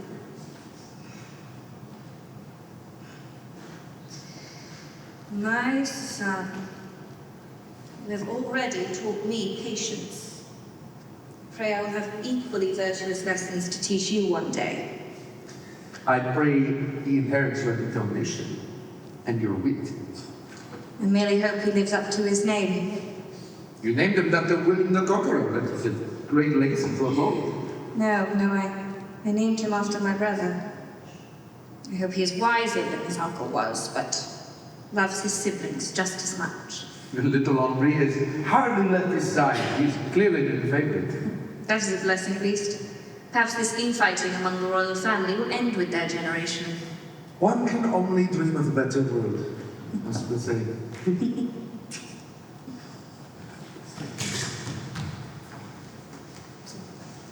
Yes? Your Highness, there is someone here to see you. I am not receiving visitors at the moment, Isabel. Please ask this man to wait. Your Highness, he was insisting on seeing you immediately. Who is insisting? I did not know how to send him away. Who is it, Izzy? Empress. Robert. You traitorous dog! Wait. Give me one reason why I should not have my husband dismember you right here at my feet. Because I'm your Majesty's brother. That was not enough to demand your life, and your loyalty, so why should it be enough to demand your life? Then because I'm your Majesty's subject who has come to his sovereign in a time of great need. You are my subject after all. Then why have you been serving another king? I could offer 1,000 excuses, but none can justify what I've done to you. I made a mistake. I will regret it while there is breath left in my body. What did he promise you? Power for myself and a position of honor for my mother. And given that you've betrayed me before, why should I believe you now? How do I know this is not some trick? Matilda, was I not your loyal brother for 30 years? Why would I stoop so low as to deceive you now? Molemon, if I may. The Duke knew the risks of coming here, yet he did so anyway. He is no fool. Did you know I could never forgive what he has done, but even Rufus knew that this would happen. Did he? He predicted that your brother would show up on our doorstep. He's been proven correct. Why this change of heart, Robert? What has Stephen done to infuriate you so? He is frivoling away the gold that our father had carefully saved for the kingdom. He's ruling for himself and not the good of the people. Father always said that would be the case when given any real power. Many feel as I do and would gladly take the chance to unseat him. If you were to follow me back, you would be the figurehead of a great revolution. Sister, your throne is ripe for the picking. Get to your feet. You wish to serve me. Advise me in this. If I reclaim our father's throne, secure it for my sons, and accomplish everything that I set out to do, how shall I treat those who stood against me? Honor those who fought for their own beliefs and win their loyalty through merit. And strike down those who fought only for their own advancement. And to which do you belong? Where should I classify your treason? The latter, I'm afraid. I chose to swim with the tide rather than fight against it for its right.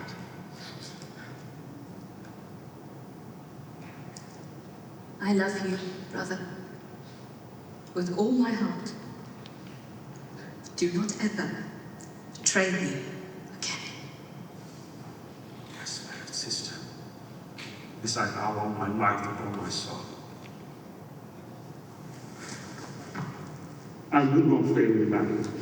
I will leave heaven and earth to see what our ancestors throne. We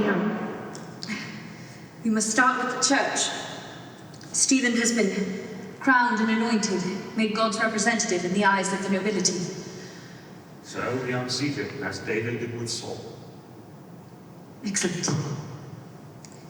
We show that he may be God's anointed, but I am God's chosen. Precisely. I know a number of leading men at church who would gladly take the opportunity to unseat Winchester. We must have Winchester. Winchester has influence, to be sure, but he would never leave his brother. His blind devotion is the only reason Stephen keeps him on the council at all. Winchester is not only Stephen's brother, but the bishop who crowned him. He sealed the coup with the church's support. If we can bring Winchester to our side, no churchman will be able to justify supporting Stephen. She's right. Maybe, but he will not leave him. He will not leave his brother. And he will betray you to Stephen the moment you try to approach him. So we don't engage him at court. Winchester is the first great parish one meets after crossing the Channel. We can reach him before Stephen knows I have returned to English soil. You are resolved in this. I am, undoubtedly. We make way for Winchester at once. One other matter. The people cannot support you if they do not know what they're supporting. You must declare a new title. Queen of England and Normandy. The Queen will not suffice. You are not the wife of a king, you are the sovereign itself. We've never had a female monarch, so one must be invented. One that establishes your authority without frightening the men who support you so desperately need. Did you have something in mind, Gloucester? You could be known as England's lady, a Domina. A woman who embodies the nobility, virtue, piety, and strength which England needs. Why can I not simply call myself the king? If you call yourself king the moment you come marching in, Stephen's already been crowned king, so you'll be declared traitor rather than England's savior. But this title of Domina would grant me the same authority as the king. Of course, and a formal coronation you would receive following Stephen's rule. Your position will be indisputable. Never say that, men will always dispute. But you are marching to England with an army at your back and declare yourself England's Domina, come to save it. My lunch will give you safe passage through Normandy, and the support you gain here will serve you well. All that's left now is to win over the people of England. Given Stephen's lack of wisdom and discretion, can't imagine it will be terribly difficult. Then it is time for Matilda to claim what is rightfully hers. And what is our son's birthright? Young Henry may be fine one day as well. Pray that he will not come soon. I will take it upon myself to train him for battle, should the need arise. Thank you, brother. I know we will be in safe hands. But for today, we must make ready for our journey to London and to Winchester. I think our cousin Henry is well overdue for a visit from his Domina.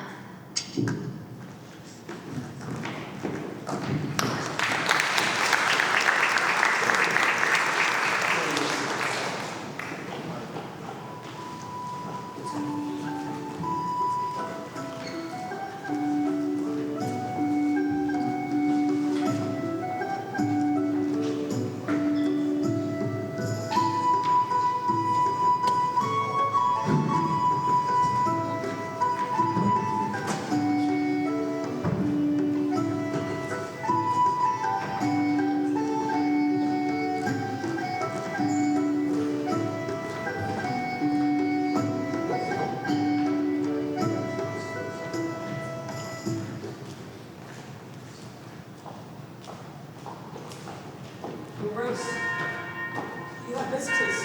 They insist on their business was urgent and will speak to you directly. Lord Gloucester, this is most unexpected. I'm not in the habit of receiving traitors in my parish. I assure you, cousin, I have not come to quarrel. Oh? You mustn't blame him for the intrusion, cousin. He was merely escorting me. I told him there was no need for such measures. But a man of God will never turn away an honest lady, especially his family. This is... I thought you were in France, my lady. Why are you... Why are you... I've come to speak with you. In private, if I may. Please.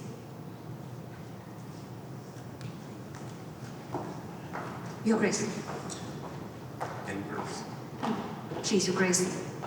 We may have different opinions on who should be sitting on my father's throne, but we are family first.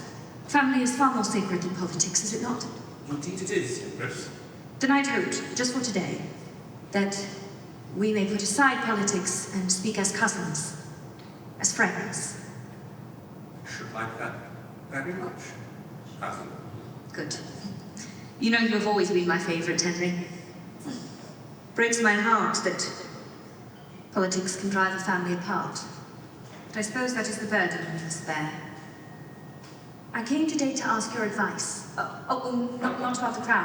I would never ask that of you in times like this. My question is of a spiritual nature. So naturally I would come to you. I have no one else I can turn to. Surely your Grace has many loyal friends. Oh, I have advisors, sycophants who merely tell me what I wish to hear. I'm certain Stephen has the same problem. When I came home from Germany, he was so kind to me. He was one of the first to bow before me and my blessed father that day I was proclaimed heir at Westminster. When I heard of the coup, it broke my heart, I'm not ashamed to say. First Stephen and Gloucester. Thank God he and I at least have made amends. I am not asking you to agree with me, but can you at least understand why it has been painful? I can, sir. Of course I can. You are so kind, Henry. You know, I think that's been the hardest part of all, Stephen's betrayal. It felt that he had no regard for me or my father. He adored. Me and Stephen adored your father. I loved him as an uncle and a king. How could I not? Indeed, he was a good and just man. This is the advice I would ask of your grace. How do I forgive Stephen's betrayal? Christ forgave all those who betrayed him, and I know we are called to live by his example, but I cannot find the strength. I do not wish to lie to you, Henry. I have come back to fight for my throne, as I believe in my heart that it is the will of God, as I know it was the will of my father. But as I begin, I do not wish to act out of anger, only out of duty. I would be guided by you in this. I do not think I am worthy of your ladyship's guidance. I have never blamed you, Henry, for supporting your brother. When I see the love between you two, it makes me miss my own dearly departed brother all the more. We should never have had to make these decisions, choose sides. Had the white ship not sunk, our family would never have been torn apart, but it did. I am ashamed to say I have forgotten your grief, cousin. And we have taken away your living brother, whilst you were mourning your father. Robert and I have made amends. There is no need for you to carry that around any longer. All is well between us. My lady, if you were to occupy the position that your father wished you to hold, what would become of the private king? Oh, of Stephen? I should likely send him to spend the rest of his days in Anjou. Perhaps he could act in my husband's stead there. I will need Geoffrey with me in London should I succeed. You will not execute him for treason? Execute Stephen? Oh, dear cousin, did you believe all this time that I would kill him should I return? No. I meant what I said about not wishing to act out of anger. Stephen has hurt me and this country greatly, but I wish to begin my reign with mercy. I wouldn't harm him, Henry. I give you my word. You should know that Stephen will not grant you such mercy. That is of no consequence. I wish to lead by example, as our Lord did, with kindness, justice, and charity. But I cannot rule in Christ's name without the support of his church. I would have you as the first among my advisers, but you have pledged yourself to your brother, and I would not wish you to betray your conscience. I merely thought of the peace and security of the realm. And Stephen has brought this peace and security. Come, dear Henry. Let us talk further.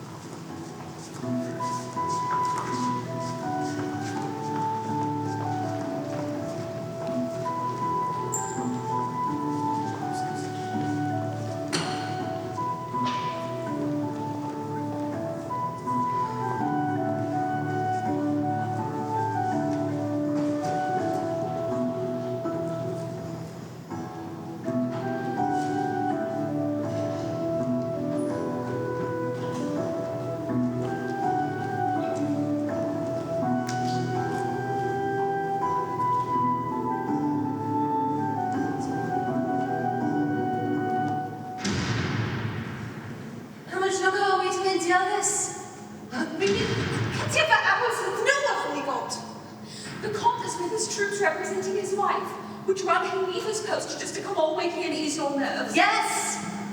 Be still, Izzy. We must not fear as we are on the side of justice.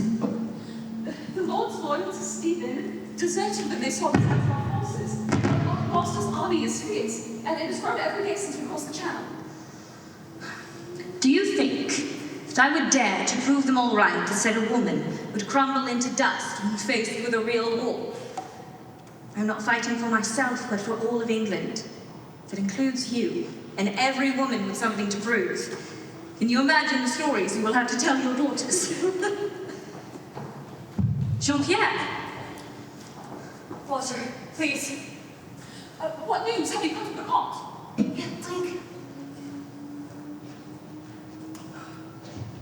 The Comte as well. He struck many blows for your highness. It will be over soon. The troops with the Comte and Gloucester are that of the traitor king. Any loyalties the men felt towards Stephen is disappearing now. They had no choice when they saw. Saw what? Lord Gloucester has taken Stephen to prison. He is in the Empress's power now. Oh, thanks be to God! Stephen is captured. Bring him to me, Jean. I wish to look him in the eye and question him. Bring out my jewels and the crown from my father. Yes, Empress.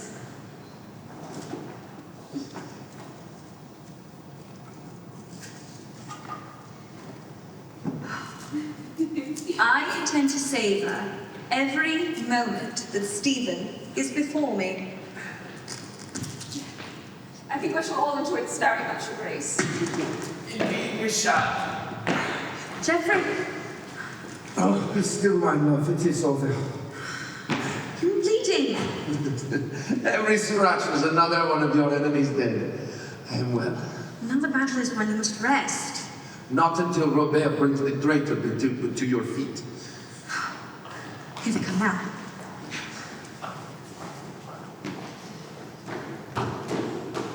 What my bloody self. Well done, my lord brother. Kneel before your Domina. Dom, is that what you're calling yourself? Lord Gloucester told you to kneel. Norman Red.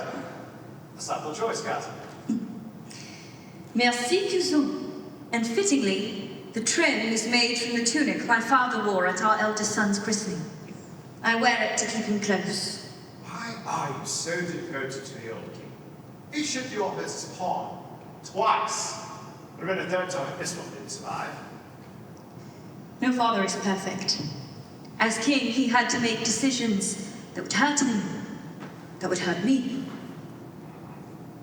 Perhaps he made decisions that hurt you, Stephen. He loved you.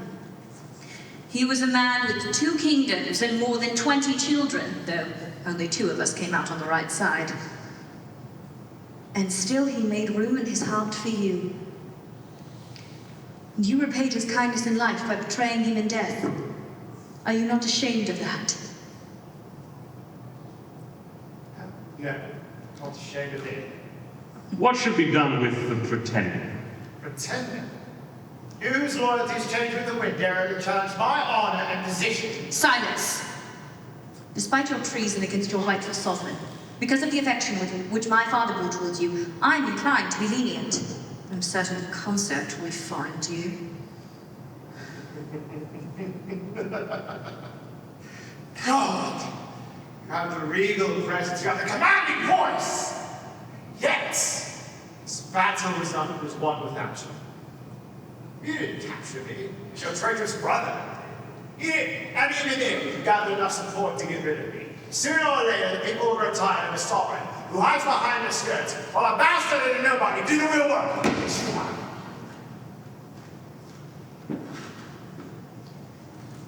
Your position in captivity grows more degrading with every word you speak.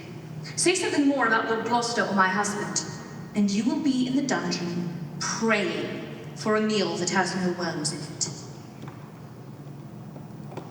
Brother, please take this man to the chambers below and see he is put under heavy guard. Tomorrow he is to be escorted to London, to the Tower. Yes, Your Majesty.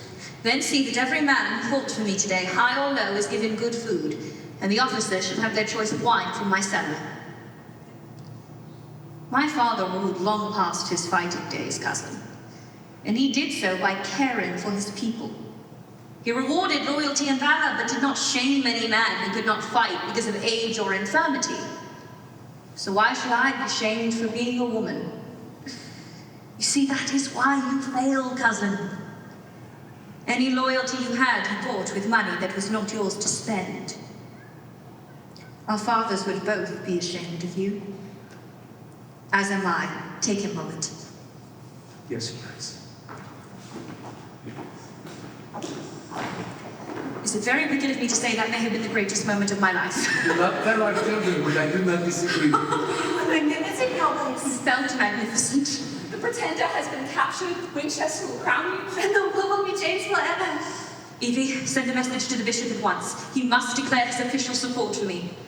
Oh, I wish I could see Stephen's face when he finds out his brother has proclaimed me as sovereign of England.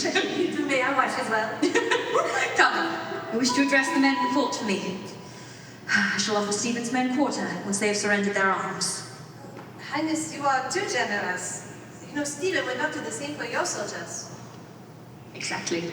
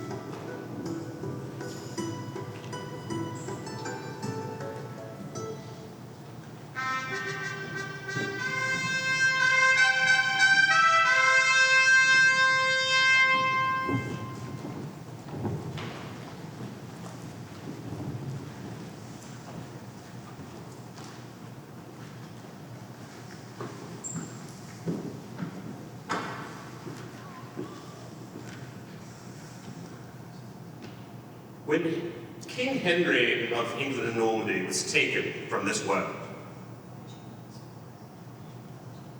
his wishes were clear. But because it seemed tedious to wait for the lady who had made delays in coming to England to her residence in Normandy, thought was taken for peace in the country, and my brother was allowed to reign. But Stephen never sought peace or justice for him. He is now a prisoner of this lady.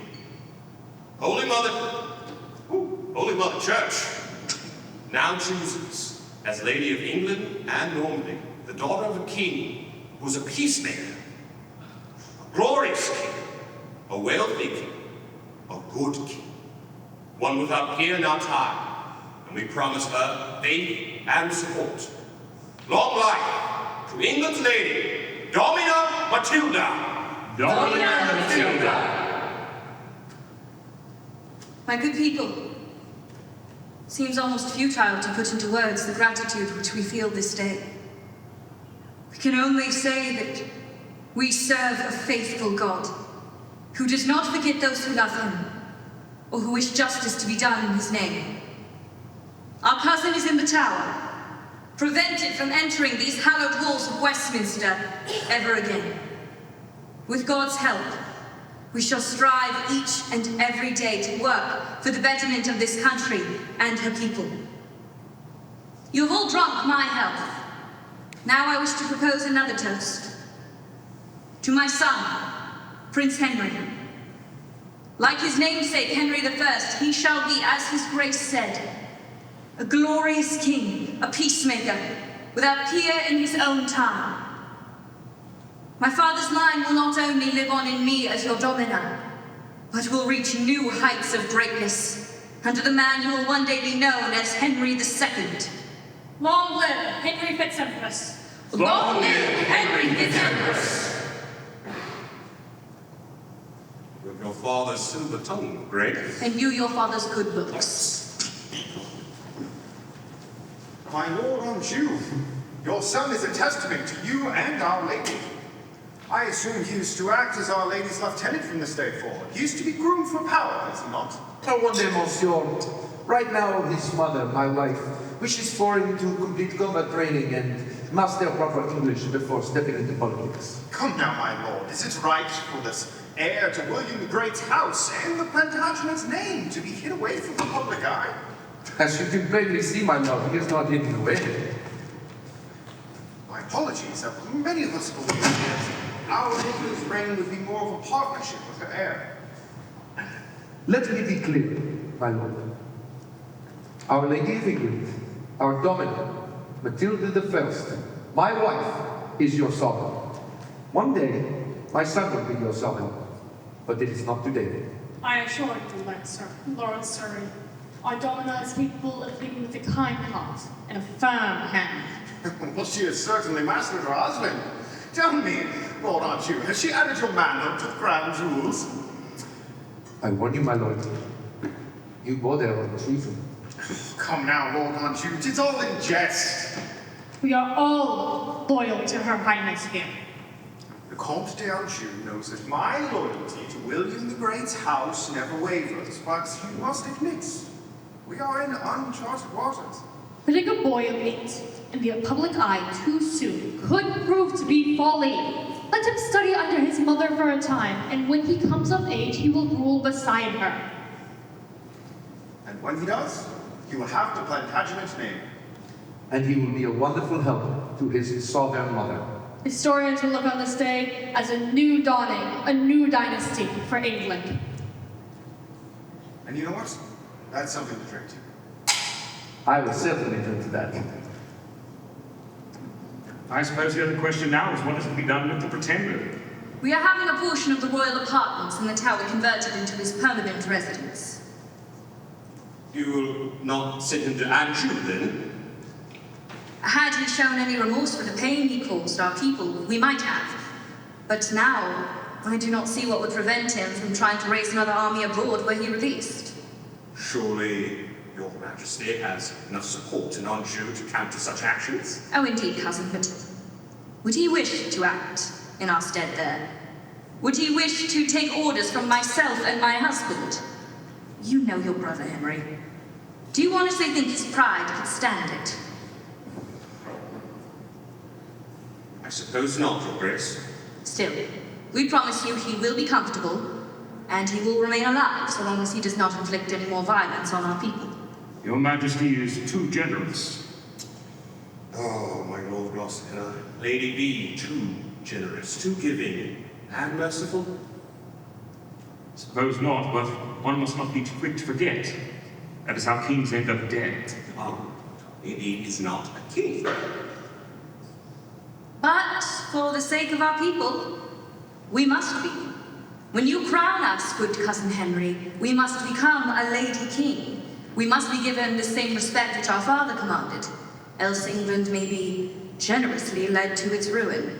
Precisely, that is merely what your subjects owe you as their sovereign. We must all put aside our ideas of womanhood if we are to prevent another fool like Stephen from taking the throne. We shall not make the same mistake twice, brother. But, if I may, your Lord Gloucester made the same mistake, did he not? His error in judgment. I myself acted out of loyalty to my flesh and blood. Lord Gloucester had no such noble motive. Tell me, is that not acting the same way twice to let him into your fold again? Even Judas felt remorse after betraying our Lord. And I believe with all my heart that he would have been embraced by our Lord had he lived to see the newly risen Christ. Your words are true, Lady, but one must always be careful in comparing ourselves to the Lord. I find that the sin of pride is most tempting to women, especially those of royalty.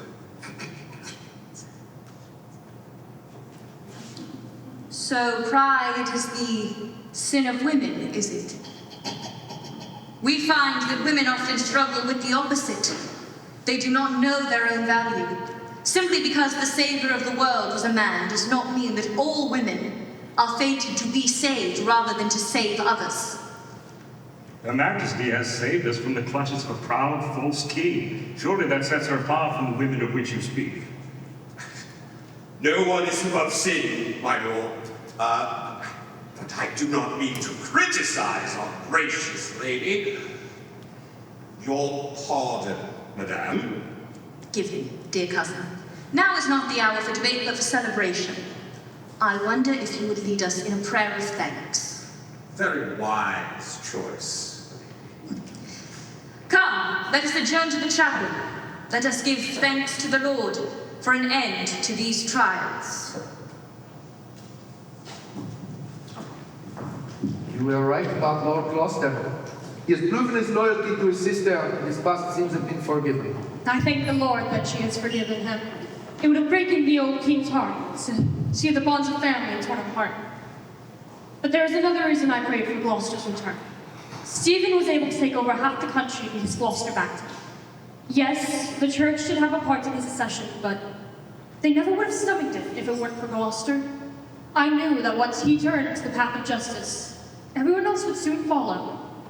It is true that Lord Gloucester was able to rally many of the noblemen to Matilda's cause, but they fought hard at Lincoln because they believe in her. Pray it be true, Geoffrey. Come, let us to church.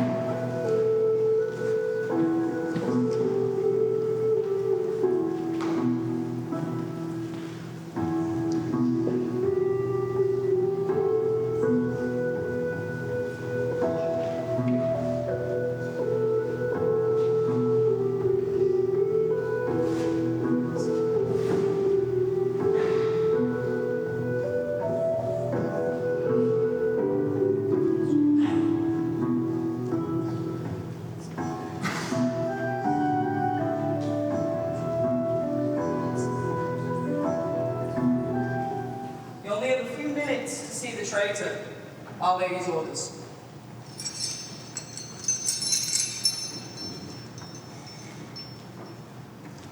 McKee, the bloody hell took you so long. Get me out of here! I've been pleading with the Empress every day since Nathan to be allowed to visit you. She's barred from your presence until after the proclamation. What the devil are you talking about? She has been formally declared Lady of England. There's going to be a coronation. She believes she can undo my coronation, the holy anointing, with one of our own. The church would never sanction that. Why hasn't my brother brought the Pope's office yet? Your Grace, your brother was the very bishop who gave her the anointing. We can no longer count amongst our allies. He betrayed me before Lincoln. We are running out of allies. And God's anointed king! Yes, your Grace. The only validity of which comes from his church who are now supporting Matilda.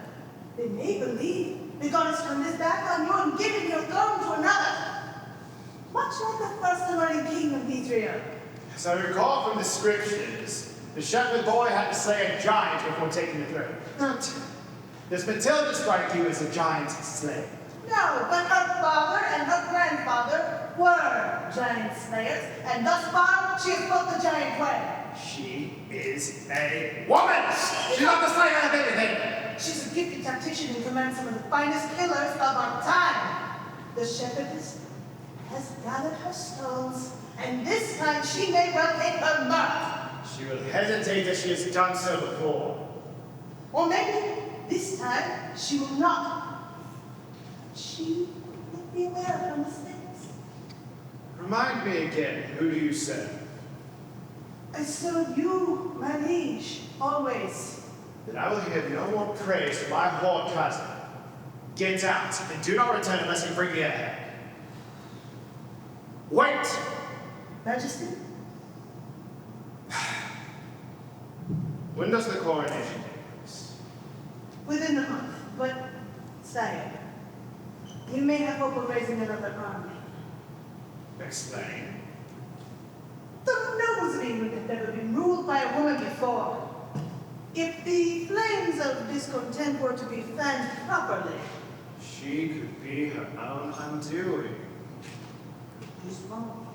Still. We'll send a message to my brother. Tell him that I've been humbled by this experience, and I wish to make amends with my family. And you know best how to sweeten the path. Time to go. Sees no one, and I swear your Lord shall be praised. Most gracious Majesty. God, I wish to send a letter. May I have something to write with? Quiet. God, I just want to send a message to my brother. If your brother was captured, wouldn't you want to hear from him too? I will see what I can do. This poor sinner thanks.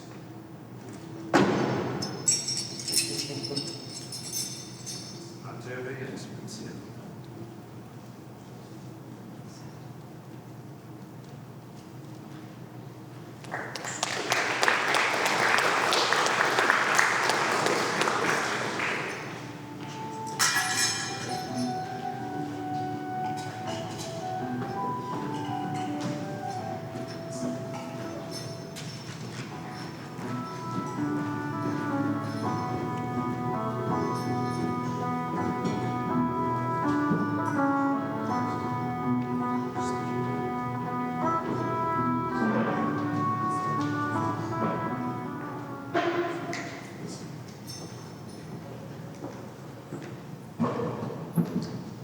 Your Grace, my Lord Surrey. Thank you for meeting me here today. I must admit my conscience wrestled whether to meet you here today or to inform Our Lady of this meeting. Come now, Your Grace, we are both honest men. You, a loyal servant of the Church, and I of the State. Let us not mince words and banter threats. Very well, then. Let us be direct. Your letter stated that you were deeply troubled by Our Lady's behavior and wish to confer on a course of action. Before I agree to any such action, I will need to know your aim. We bled for our Empress, overthrew an anointed king, and we did so because we were given assurances that she would rely on those more experienced to aid her in government. Yet, since the day you crowned her, named her Lady of England, she has gone about court displaying an obstinacy, self-importance, and temper that I have only seen in her late father. God rest his soul. We did not exchange one tyrant for another. And while this Domina certainly has experience beyond her age and sex, it seems to me she lacks the gentleness and humility befitting a woman of her station. She is behaving as a ruler. She is behaving like a man. It is unnatural and not what the late king intended, I assure you. She has lowered the taxes on the gentry and peasants imposed by Stephen. Her connections to the royal house of Scotland secures our northern borders. Common people therefore see her as a virtuous and peacemaking lady. Yet, Edward the Confessor was virtuous, was he not? And yet, old friend, when Edward the Confessor died, he left this country in chaos, because that very piety made him indecisive. And the common people do not govern this country. Like sheep, they are made to follow who is set in front of them to lead. Surrey, what do you propose? Stephen is being held in the tower, right underneath Matilda's nose. Beaumont managed to smuggle this out for me. 'Tis a letter for you. Have you read this? I have not, but I know some of its content. And? Beaumont is gathering forces outside of London. He plans to liberate Stephen and stop the coronation. I'm to crown her! Myself! It is precisely why she will never suspect you. If you attend the coronation on the eve of her banquet, as if nothing is amiss, then she will never suspect that Stephen's forces have begun to march on London. You wish me to commit treason? Whether or not it's treason will be dependent on the victor. If you aid Stephen in this, and he is victorious, you will be the hero of the story. And if Matilda's triumphant? Do not worry about that. Stephen plans to take certain precautions to ensure she surrenders peacefully. What sort of precautions? Tell me, old friend, what army forms the very heart of her forces? Why, that of my Lord Gloucester. Indeed. Beaumont has been given orders to take Lord Gloucester prisoner when he rides out with the army. Matilda will do anything to get her brother back. She will have no choice. The whole scheme is laid out in the letter. Go now to your private chapel and give orders that you are not to be disturbed for any reason. Once you are absolutely certain you are alone, open it. And when you have your answer, send word by only your most trusted messenger. Surrey, you must play with fire. You cannot help yourself, can you? Fire is the weapon of heaven. Swords are the game of this world. Though heaven's the only one that can decide how this will end, my sword will be drawn for Stephen. Stephen, tell me this. Where was this loyalty to my brother at the Battle of Lincoln? Where was it when I made the Empress Lady of England? Why now, my lord? Because only now do I see the evil in giving a woman a crown. She will strive to overthrow the natural order of things and govern by her own will. Only now do I see we must have a king. And Stephen is our only hope.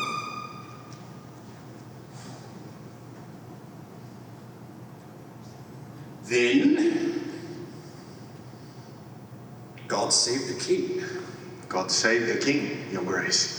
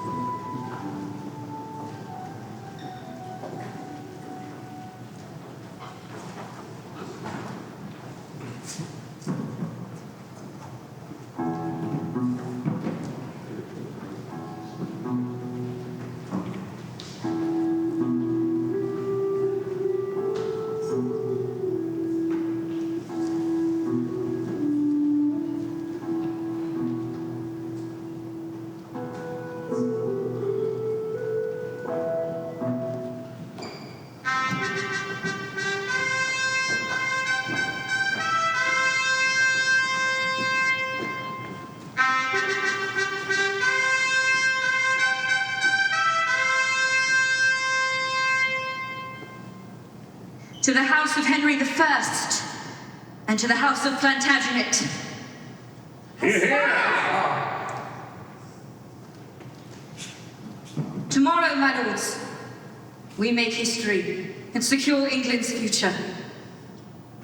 Tomorrow, the destinies of England and France will be bound together for generations. This was the dream of my father. This is the dream which shall be realized when His Grace the Bishop of Winchester, our dear cousin, crowns us as King Henry's successor. I pledge to be sovereign who rules for the good of all her subjects, men and women, young and old, noble or layman. This is the dawning of a new day for England and France, and I shall fight to preserve it. We have been through a time of trials, but we have proven our mettle by our strength, our will, our courage. Gloucester? Where is Surrey? Not now. Something's wrong. Did you arrange those? No. No. What the bloody hell? Sovereign Lady! Sovereign Lady! Jean! Sovereign Lady! An army is fast approaching Westminster. They need to free the Pretender. Gather my forces. Get the Empress to safety. Count Geoffrey, sir. But she's sorry. Finding out what the rebels, my lord. Down! We'll have to make do. Geoffrey. Be careful. I will return soon. I'm counting on it. Look after your mother and brothers. Bon garçon, I will see you again soon, my son. Don't let my family out of your sight. Come, Robert. Easy. Get my sons, get Geoffrey and William, bring them to my chambers. I must have eyes on all of my boys. What's my goodness? Evie, give me your hand. I shall need all the strength I can find to endure this night. I'm here for you, Your Highness. We are all here for you, until the very end.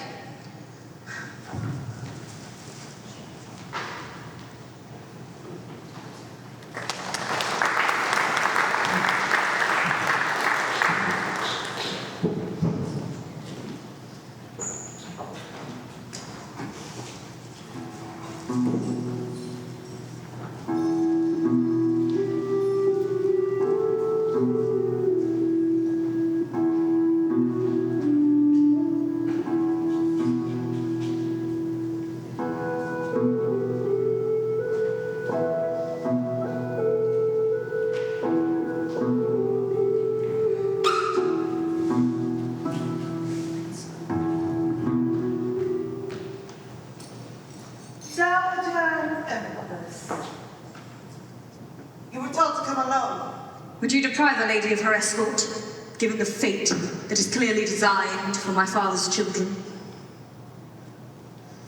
You might have the tiniest bit of contrition after kidnapping our lady's brother. Kidnapped him. He was a soldier taken in battle. You knew exactly what you were doing. Enough! Wait here. Told you as an agent of the king that you would have safe passage here. We have seen firsthand what Stephen's word means. I could not risk it. You know, can't really bring it down, cousin. I can see how it would look from your perspective. But let's not prolong these hostilities. I want my freedom. You want your brother back. I believe we can make an accord. Une accord? Que je négotierai ma famille. English, please, Matilda. I assure you my music was not worth hearing. No wonder the Norman people preferred me. You cannot even speak their language. It's your own naivete that brought us to this moment, cousin. What do you want, Stephen? What more can you possibly expect me to endure from you? Endure? You do not know the meaning of the word. Continue to challenge me, and you will. Give me my brother. I don't care what you want, but Gloucester will be returned to me. I will burn this fortress to the ground before I let you take him from me again. So emotional. Why was that suited? Why are you so certain Gloucester will return to you once he's free? He betrayed you once before, did he not? A mistake that haunts him. From the looks of it, it haunts you even more. Why go through all this trouble for a bastard half brother that betrayed you? I would not expect you to understand. You treated your own brother like an unwanted pet. That is why he so easily fell into my arms. We'll see where the bishop's loyalty is true. The bishop is not why I have come here today. Give me Gloucester. Return the king. As it stands, the gods have been commanded to keep him here at all costs. They will die before they allow me to take him from this place. Freedom for freedom? A simpler trail than ever was. Monsieur de Beaumont must swear a solemn oath before the Bishop of London, promising to return my brother to me. Then you will be released. But I will not give up my rightful place on the throne. This is a prisoner exchange, not a treaty. Victory without suffering is hard, Matilda. I expect you'll continue to fight to make my triumph all the sweeter. Si vuole avere, vuole expectati. What was that? That was Latin. And mistake not my mercy for weakness, Stephen. You are alive because I need you to be, not out of any generosity. So the crown really does listen to you. You used to be so good and sweet as a child. And you were once honest and loyal to my father. I suppose we have both changed. I am the sovereign lady of England, her champion and protect her I will from you and your wicked sons as well. Now, I believe you both have business to attend to. Urgent business. And Monsieur de Beaumont, if you ever conspire to take my family away from me again, there is no end to the punishments which I shall inflict upon your own.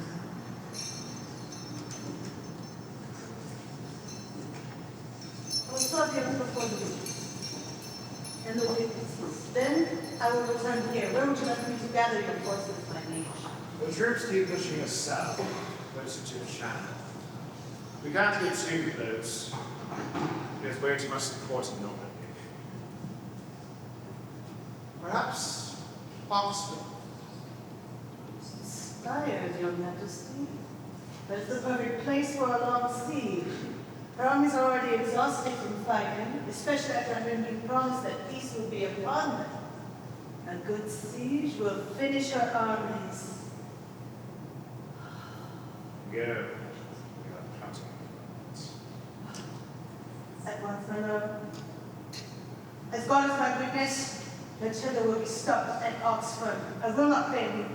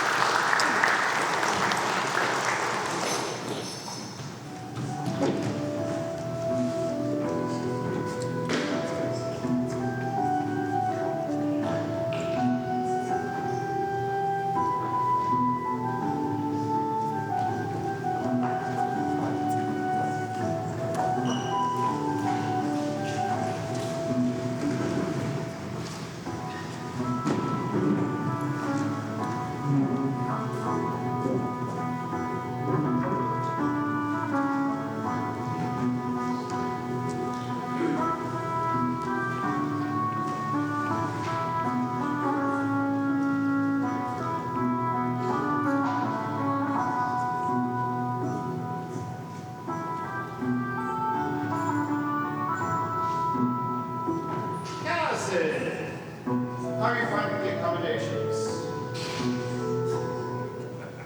Surprised to see me? I know what you're wondering. How did the king make such a daring mistake? And what have I done toward such a visit? Well, the answer's simple. I'm here for two things. The first of which is to thank you. See, it's because of you I'm a free man. Once the Countess of Anjou heard that you might be christened, she ran to the tower to free me. Sisterly affection is such a beautiful thing, especially for a bastard, that matter. Oh, I should have known it also. Give me my brother back. I will let you take him from me. Only you had shown mercy. Do wonder why you aren't worthy of such devotion. I guess it really doesn't matter. Nothing really matters now. England mine. Normandy will be one, and no one will remember. And more importantly, no one will remember Matilda. But that happens. The second thing I want to tell you is that you're a free man. A simple trade between a countess and I. Freedom for freedom. But before you go, I just want you to remember this moment and what you are must be lost. You are but mud beneath my boots, and I must willingly spring. But free man.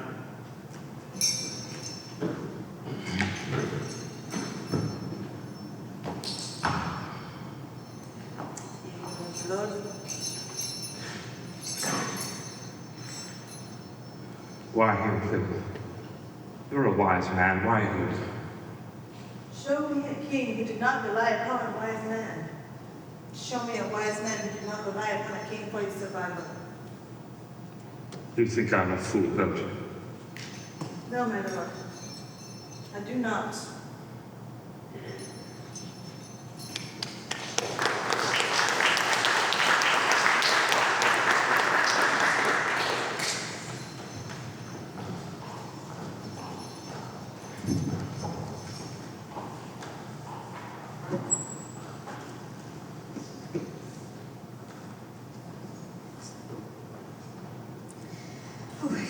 There now. Monsieur, that's warmer, isn't it? How much longer must they stay here, Mama? It's so cold. I know, my darling Matilda. We've run out of firewood, and they can't bring us any. But why? Stephen has cut us off from our supplies. Stephen was him. How do you want me to be so cold? Because he does not know you, Henry. If he did, and knew how sweet you are, he would never do such things. Now, run and play with Isabel. Let me and the squire talk. Nice.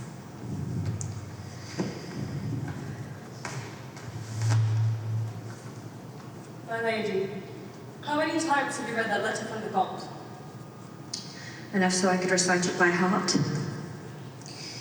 Now that we are cut off from our enemies, it is likely to be the last word I receive from him. Strange. Were he right here beside me, I do not know what he could do, yet I feel this. I need him. Who could have imagined that when we were first married? I wonder if you recall that I was there the day we met, at the chateau in Normandy. I do remember. I have been in service to His Highness since I was a boy, and I have never seen him look at a woman the way he looked at you. I think he might have been frightened of you. I know I was frightened. You, madame. Our secret, sure. May I ask why, Your Highness? I believe most women are afraid they will not love their betrothed. But when I saw him there, I was afraid I would. He was so different from the Emperor. Impulsive, handsome, free. There was something else. Something I could not really describe. He needed you to be the man he could be, but perhaps you could already sense that. Knowing your husband relies on you can make you feel very complete. But when soldiers rely on you and they're dying in the snow, it only makes you feel impotent. If I may speak freely, madame, we cannot survive much longer. It is not only the firewood, we are short on food. The men have no boots for the snow, and soon we shall be out of candles as well. We cannot fight a war in winter without firewood, food, boots, or light. I keep asking myself what my father would do. But since Chancellor Rufus is passing, I can no longer hear his voice in my head. Advise me, Sean. The Comte is bound to Ireland. There he will have enough troops for France to guard you and your sons. If only we could get you out of this castle safely. The people of Oxford have not given up hope, because I remain here. I will not surrender. I do not speak of surrender, but survival. If you are able to meet the Compton's forces in Abingdon and escape, you and your house live to fight another day. Your sons survive. You survive. Mon ami, I am so tired of fighting. This wretched war drags on, and I fear I shall soon run out of strength. Strength is not all you possess, Linus. You have your love of country and family to urge you on. You have a kind heart and an urge to create change.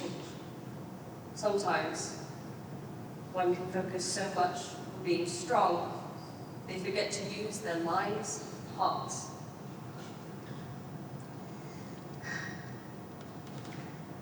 What would you have me do?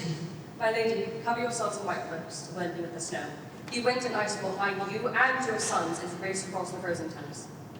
You think that will work? It is your family's best chance. We cannot bring a large party. Find the 2 guards you trust most and bring them to my door at midnight. If we run, Oxford will certainly be lost. Yes, but you survive. And certainly the majority of England with you. Bring the guards to my chamber at midnight. Now go, make ready. We should have a long night ahead of us.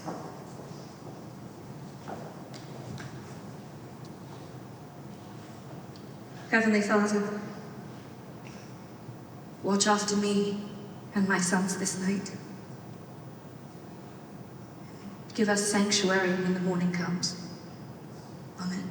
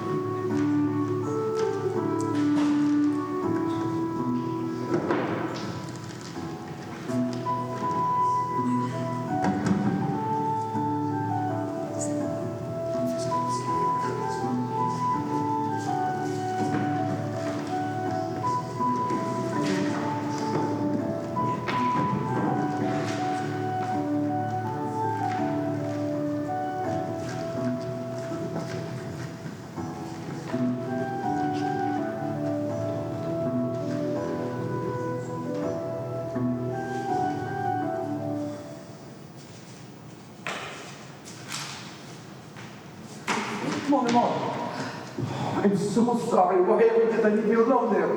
Left to help me. The children. Fine.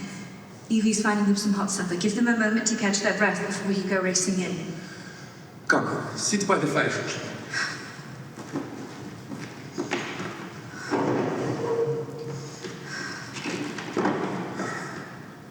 Your hands are frozen. Geoffrey, if you only knew. Tell me what happened. No one saw us leave the castle by the side gate. We ran 7 miles. No one saw us because the white cloaks hid us well against the snow. Jean-Pierre was clever there. Is he well? They sent him to bed. He's earned it 1,000 times over. Go on, my love. We ran across the frozen Thames. Evie and Isabel helped carry little Geoffrey and William, but Henry wouldn't let me help him. He walked 5 miles before he fainted. Jean-Pierre put him on his back and carried him like that. He slept the rest of the way. He is as stubborn as his mother. Stubborn, or a glutton for punishment. In leaving Oxford behind, you may well have saved England. For how long? A day, a year, a single generation. I wish to leave something behind that would last for centuries. A dynasty made up of my father and my husband's houses. It is a beautiful dream, as per se. I cannot surrender England and Normandy to Stephen. But I may have no choice. It may be unavoidable. I wish I could remake the world for you. But now I am just a man who can no longer help his wife. But I am a wife who has so many times had to put other things before the comfort and well-being of her husband. Yet through it all, I still come to you alone when I need to find my strength. Through all our trials and separations, we have made it work, though neither of us thought it possible at first. That is because I love you now more than the day it were one when I pledged my heart to you. And I love you. I could not have endured these years without your love. I have not said so as often as I should. You do not need to say it, Matilda. I know your heart. Thank God for that. I wish I could remake the world for you. It may not be possible for us, but it might be possible for our son. Henri? Stephen must want an end to this war as well, is that? As it is, he won't surrender to end the conflict. But he might consider terms that favoured our family. If you made it a term of your surrender that our sons be allowed to rule after Stephen, your family line would remain intact. We would still have our dream of a Norman and Plantagenet King of England. It just would not be I who achieves it. This world does not deserve you, my love. Perhaps I was undeserving of the office my father wished me to occupy. There is no one in England more deserving than you. You're speaking out of love, Geoffrey, not reason. My love for you has never been reasonable. But in this, I speak the plain truth. Robert! Oh, thank the Lord! We have lost 3 more lords and their armies to Stephen's cause. That the Norman armies who've gone on to join this Pope's new crusade. Our forces grow more meagre by the day, and now the Church is no longer a certain ally. What do you mean? Well, it has just arrived from London, madam. The Bishop of Winchester has withdrawn his support and redeclared it for Stephen. But there is more. Well? This letter was sent to the Bishop from Stephen in the Tower. What does it say? It contains the plot to liberate Stephen, including the plans for my own capture. It's also say it was delivered weeks before the coronation. He had full knowledge of what was to happen today. Thank you, Isabel. You have always been a loyal friend to me. I shall never forget it. Geoffrey, I wonder if I might have a word alone with Robert. I will go see to the boys.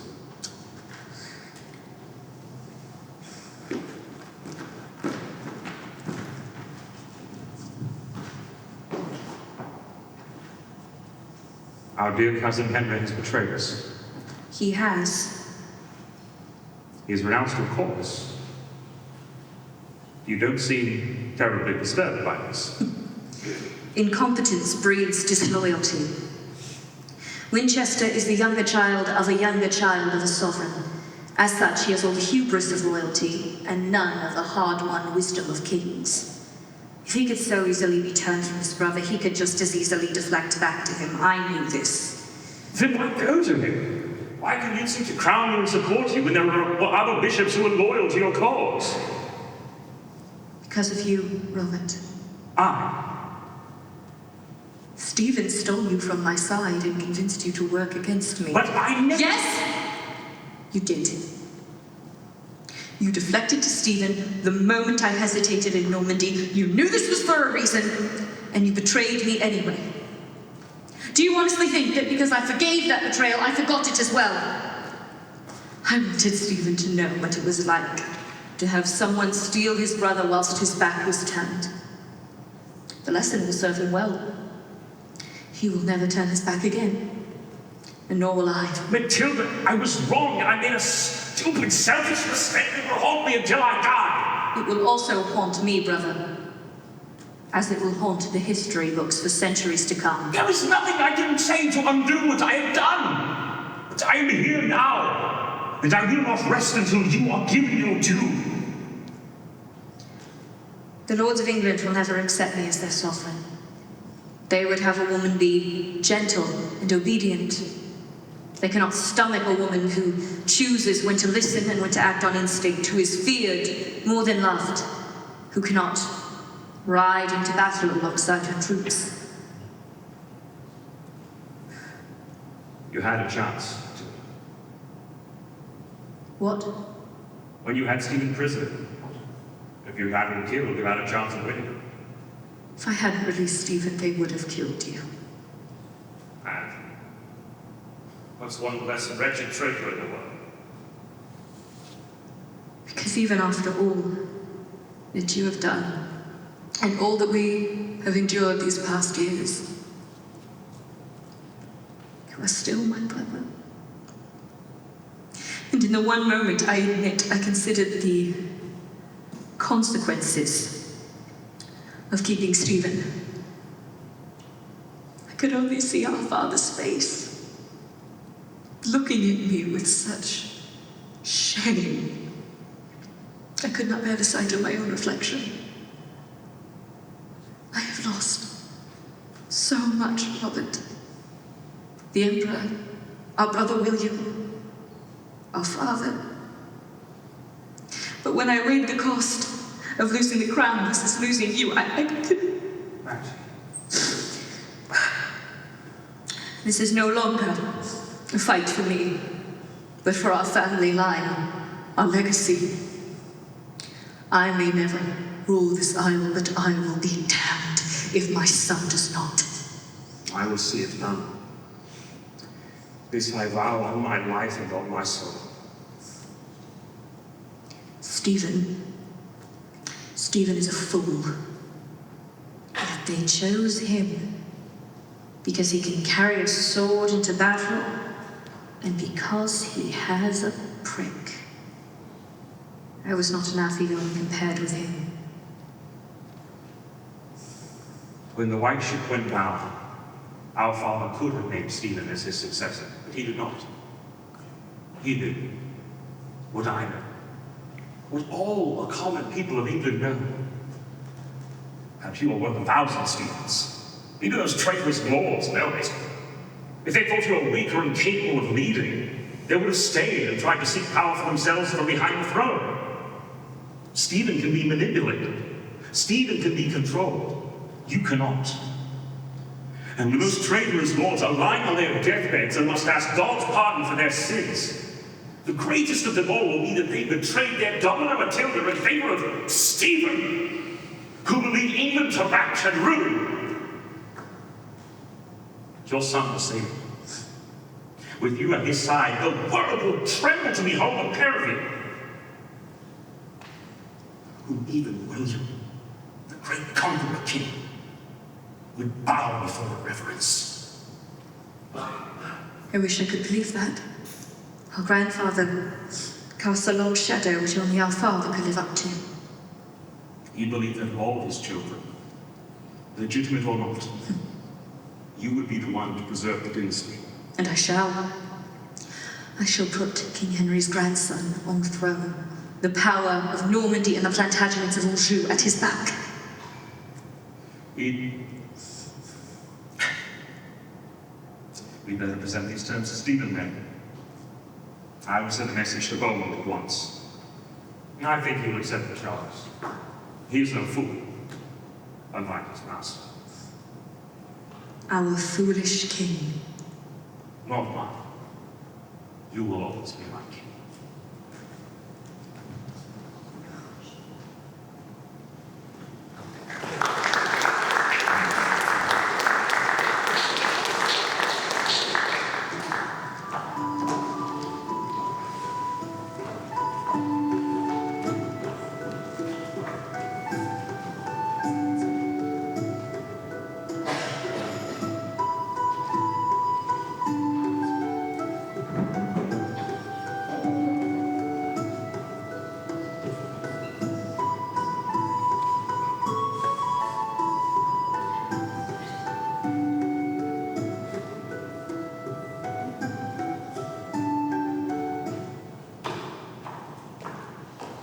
It's almost time. Thank you. How do you feel? Among other things, free. Free? England is free of the trials of war. And as father always said, We are England. You better prepare yourself. signing will be a public event. My name is not even mentioned on the bloody treaty. Stephen's first step in erasing me. Do not worry, brother. I shan't give them the satisfaction of looking defeated. I would never suggest such a thing. Thank you, brother, for all that you have done. Leave me for a moment, please. I wish for solitude. Of course.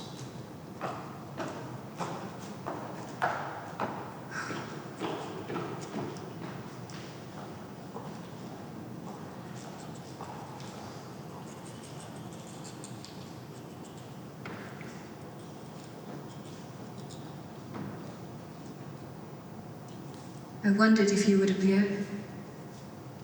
I suppose it had to be today.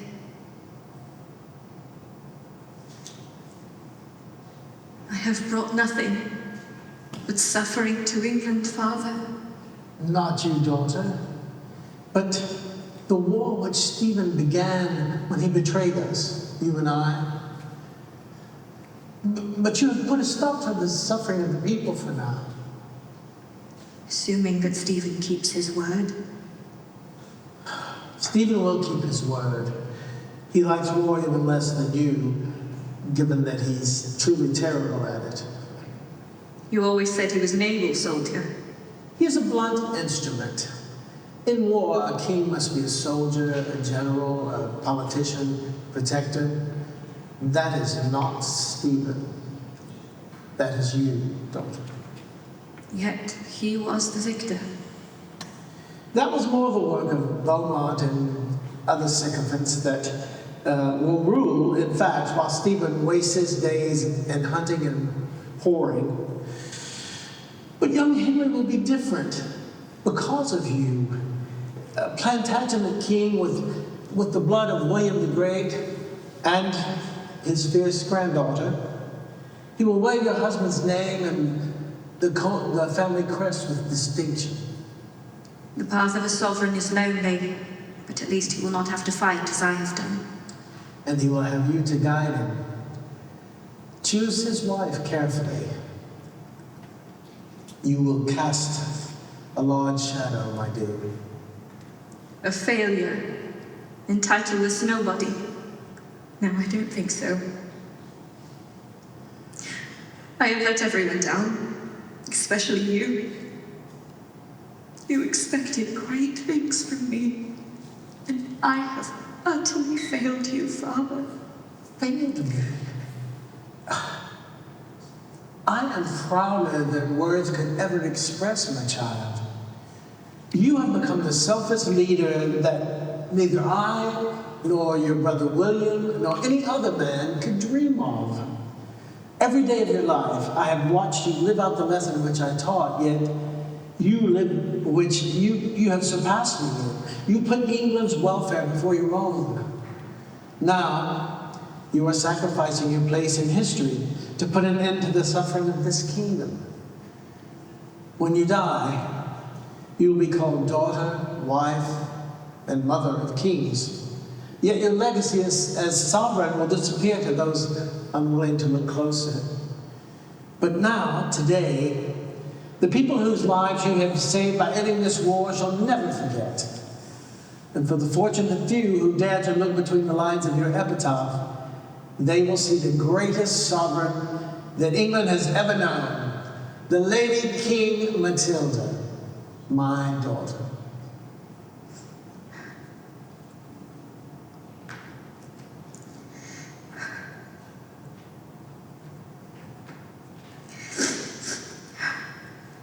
I have brought an end to a war which should never have been in a truly just world. No war should be in a truly just world. Well, there's no going back. You must stay the course and ensure that Henry is given his right. But the world is not ready for you yet. Perhaps one day. But I doubt even Henry's children will live to see such a sovereign. I don't know if England could ever be ready for a lady king. Your grandfather didn't know if England would accept a Norman sovereign, but he changed history, and intertwine the fates of two nations. A century ago, no one would have believed that such a king could succeed in England. And your work is not complete. Your son will never stop needing you. You must guide him and ensure that he learns the lessons that he must to rule. England still needs you. And I need her. You found love with your husband. I regret that I never truly loved your mother, not in the way that a husband should. My great love was my children and the nations that I wanted to give them one day. However much you love Geoffrey, I know that in your heart, England was your truest love. March into Westminster with young Henry, sign the treaty, and put an end to the war that never should have been in a truly just world.